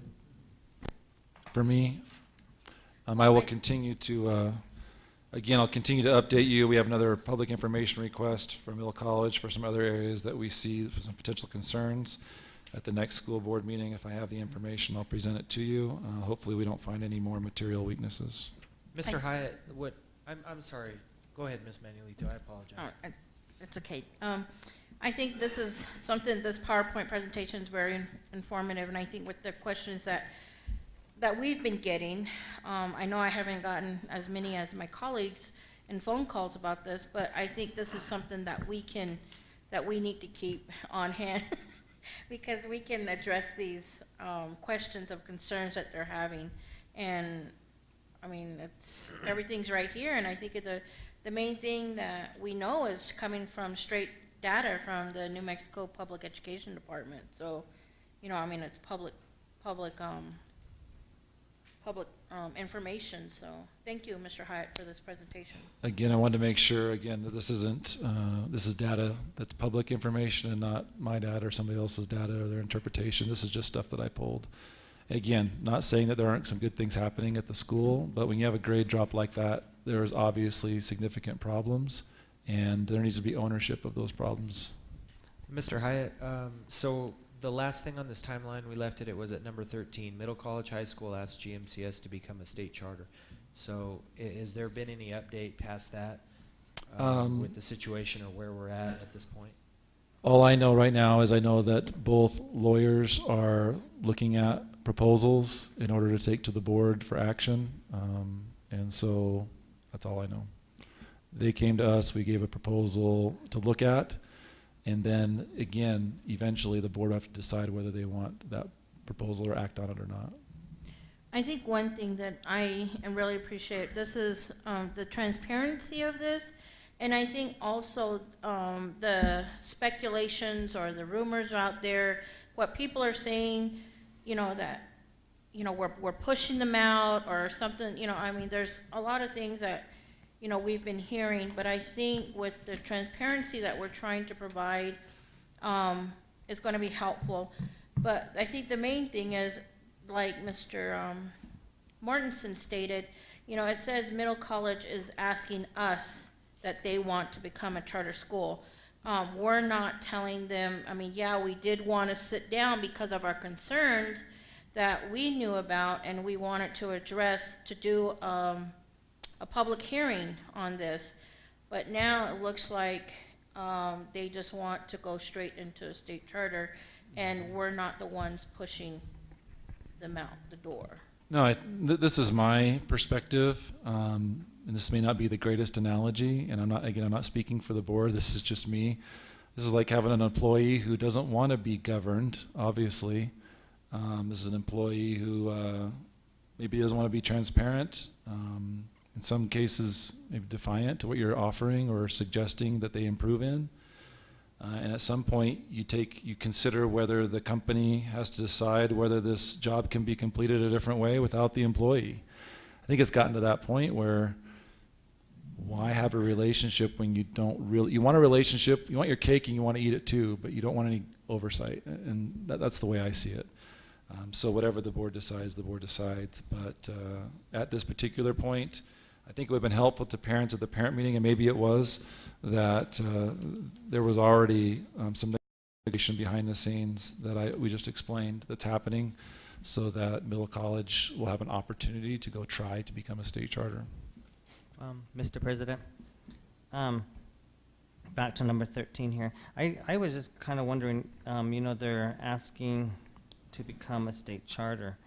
Is this a vote that was taken by their board to say that they want to become a state charter, or is this just another? It was lawyer to lawyer, but it would eventually have to go to the board. So typically, what I believe basically is happening now is the lawyers are trying to come up with something that might be agreeable, and then it goes to the boards to decide in an open meeting whether they want to agree to that proposal or not, or amend it, and then it goes back and forth. So my question would be now that if the renewal of their contract is now void, I mean, so they're operating with no contract? July, it expires in This July. is going to be a legal question that we could potentially have our legal advisor, our lawyer, come in and talk to us. Yeah, it's kind of uncharted waters. You have a charter that has no contract that's been approved that we can find for the last 16 years. There was an initial approval under the assumption that their board wanted to renew, but that's been void. There's been an ask for an increase of 20 students twice with an appeal. That's all void. You know, the other day they brought their budget to me to put on the agenda on Tuesday. It wasn't on the agenda because, I'll be honest with you, as of right now, there's no documentation to show that they should exist. So there's probably some laws that would come into play in this situation.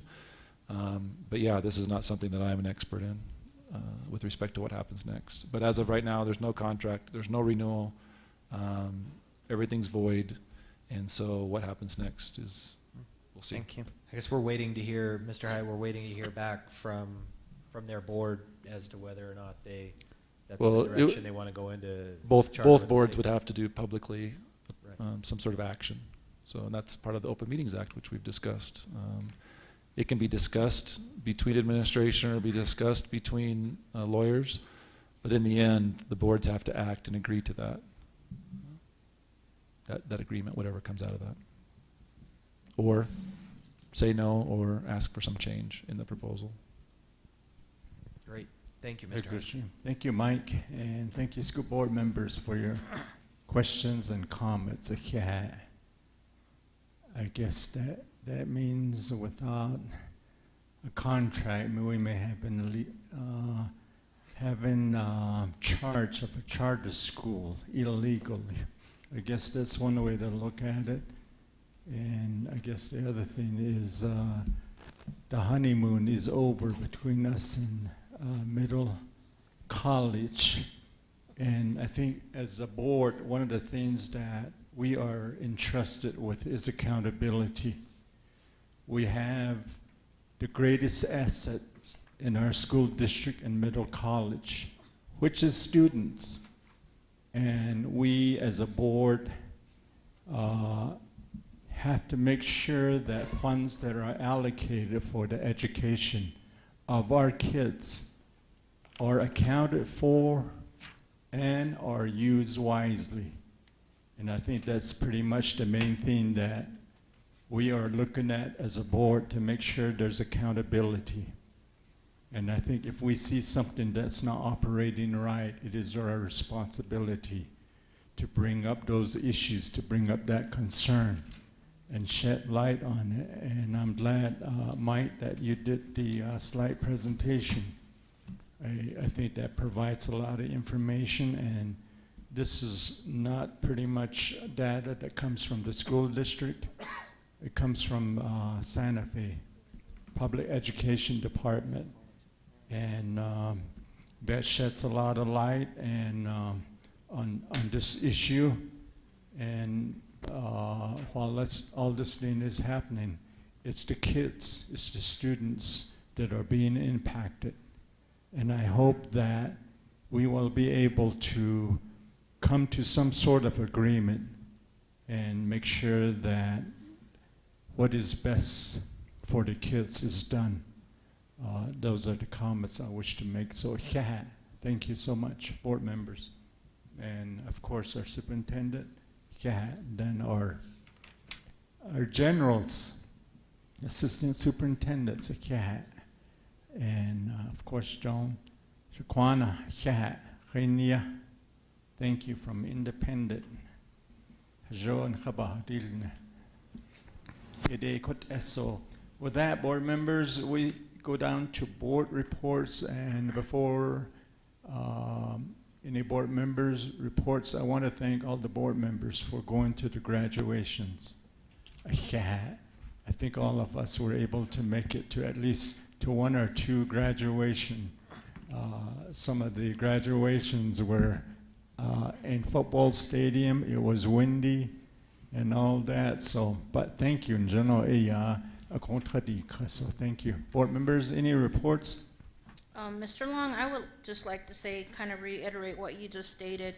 I got several comments from staff, principals, parents, that it was nice to see the boards, not just one, not just two, but there's at times we had more board members at the graduations and the superintendents and also the assistant superintendents present. So I really appreciate that, and it was really nice to see all of us take interest in the graduation, the achievement of our children. So, Sheshto, I just wanted to say thank you to our board members for that, and also the time that our staff took out to attend these. And I know they can't be all there at once, but I appreciate their the travel and traveling out to. I know we had to.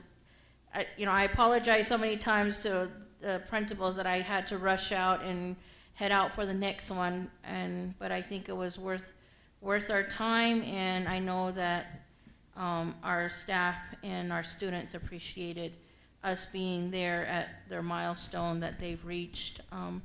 So I just wanted to say that, and I'm going to go ahead and excuse myself at this point. My colleagues, I'm going to go finish dinner with my family and my mom this evening. So I just wanted to let you guys know that I will be leaving at this time. So thank you for that. Well, thank you for your comments too. Thank you for attending graduation. Anybody else reports? Nada. Mr. President, I just wanted to say that the graduations that I did attend were very well organized. The principals did a great job with the graduation. The senior sponsors did an awesome job, and I just would like to thank them for their hard work, and because I know putting on a graduation is not easy. Trying to keep everybody in line, trying to keep everything in order, and I do think that our principals and our sponsors did a great job. And I want to thank the assistant superintendents for going to those graduations too. I think I saw all 4 of them at different graduations, so thank you. Then I want to thank Vern and Sandra back there.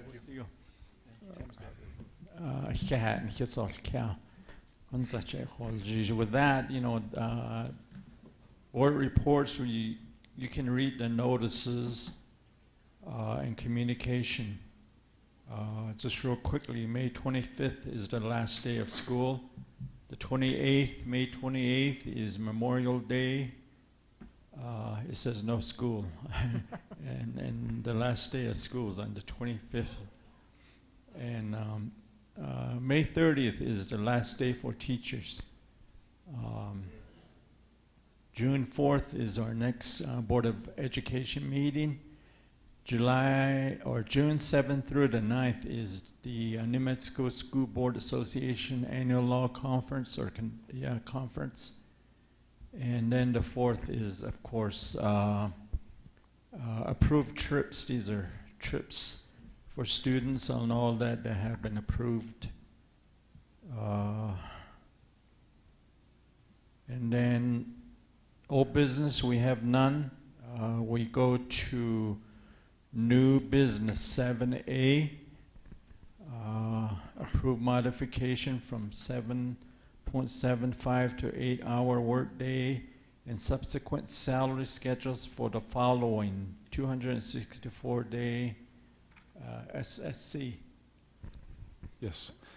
Secretaries and 246-day instructional support staff action. Mike? President Long, members of the board, we are making a proposal that to provide consistency in central office, we have multiple people on different salary schedules and also different hourly schedules during the day, and I think we addressed that in the packet. We're just asking to adjust some salary schedules so that all employees at central office are on an 8-hour workday. I think it'll help provide some consistency and oversight of the things we need to take care of as a school district. Mr. Board President, members? I'd like to make a motion to approve new business item A. Okay, motion's been made. Business item A, roll call, Joan? Mr. Mitchell, Yes. Mr. Shaw, Yes. Mr. Mortensen, Yes. Mr. Long. Yes. Thank you, board members. We go to new business B, approve revisions to the 2018-2019 school calendar. Mike? President Long, members of the board, we are appreciative of some staff that we have that approached the union and said, why don't we have MLK Day off? And we've always had it off, and it was just an oversight when the calendar committee met and tried to negotiate the calendar. You'd be surprised when you look at calendars for so long. It all becomes a blur, and you miscount, and things happen. It's just what happens. So usually we look it over and over, but in this particular case, we did not want to not include MLK Day as a day off. We appreciate the union to bringing that to our attention, and so we're proposing an amendment to the calendar where a day is added to the end of the year, and then MLK Day is taken off. Mr. Hyatt, I'm kind of surprised that the union did not suggest September 19th also as a day that we take off of school. But I will go ahead and make a motion that we approve this, Mr. President. Yeah, Item motion's B been under made business. by Chris Mortensen to approve the revision to the 2018-2019 school calendar. Roll call, Joan. And thank you, Mr. Brian, Mitchell? for being here. Mr. Mitchell, Yes. Oh, I'm Mr. sorry, it's the Shaw? beginning of the year. Mr. Mortensen, One second, let me adjust. Yes. Can we Mr. stop the Long. roll call? Yes. Yes.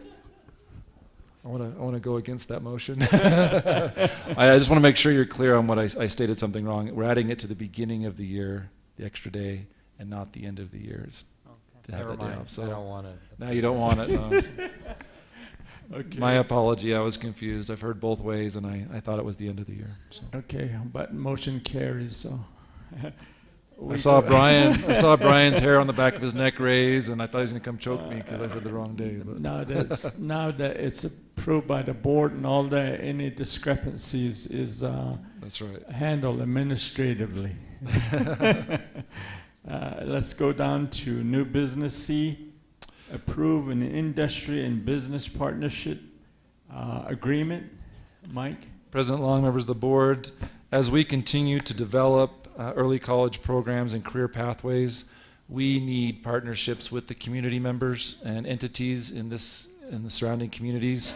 And so what this is just approval of some agreements that we are starting to make with industries and governmental entities across the county.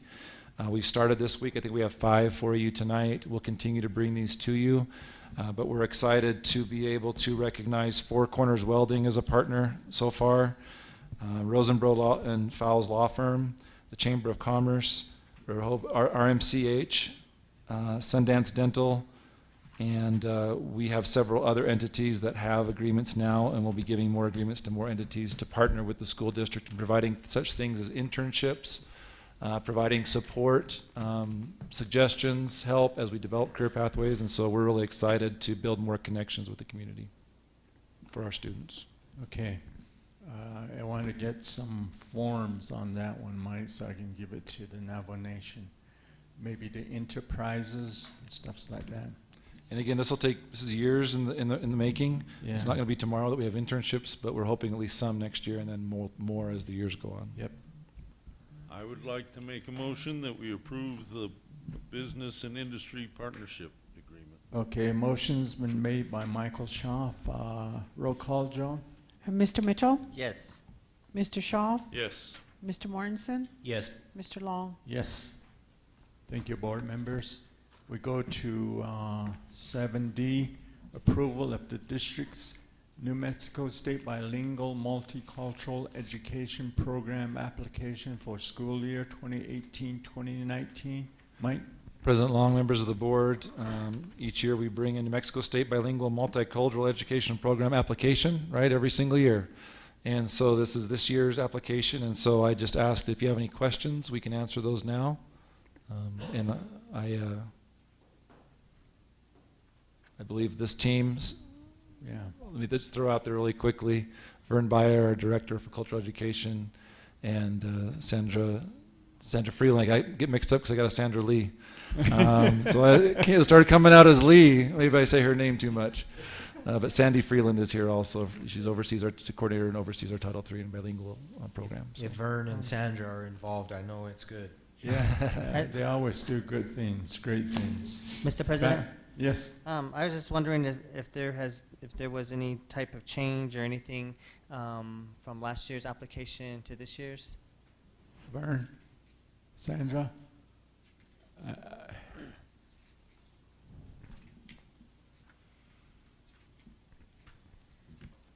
Good evening, board members, board president, superintendent. Yes, there has been some changes.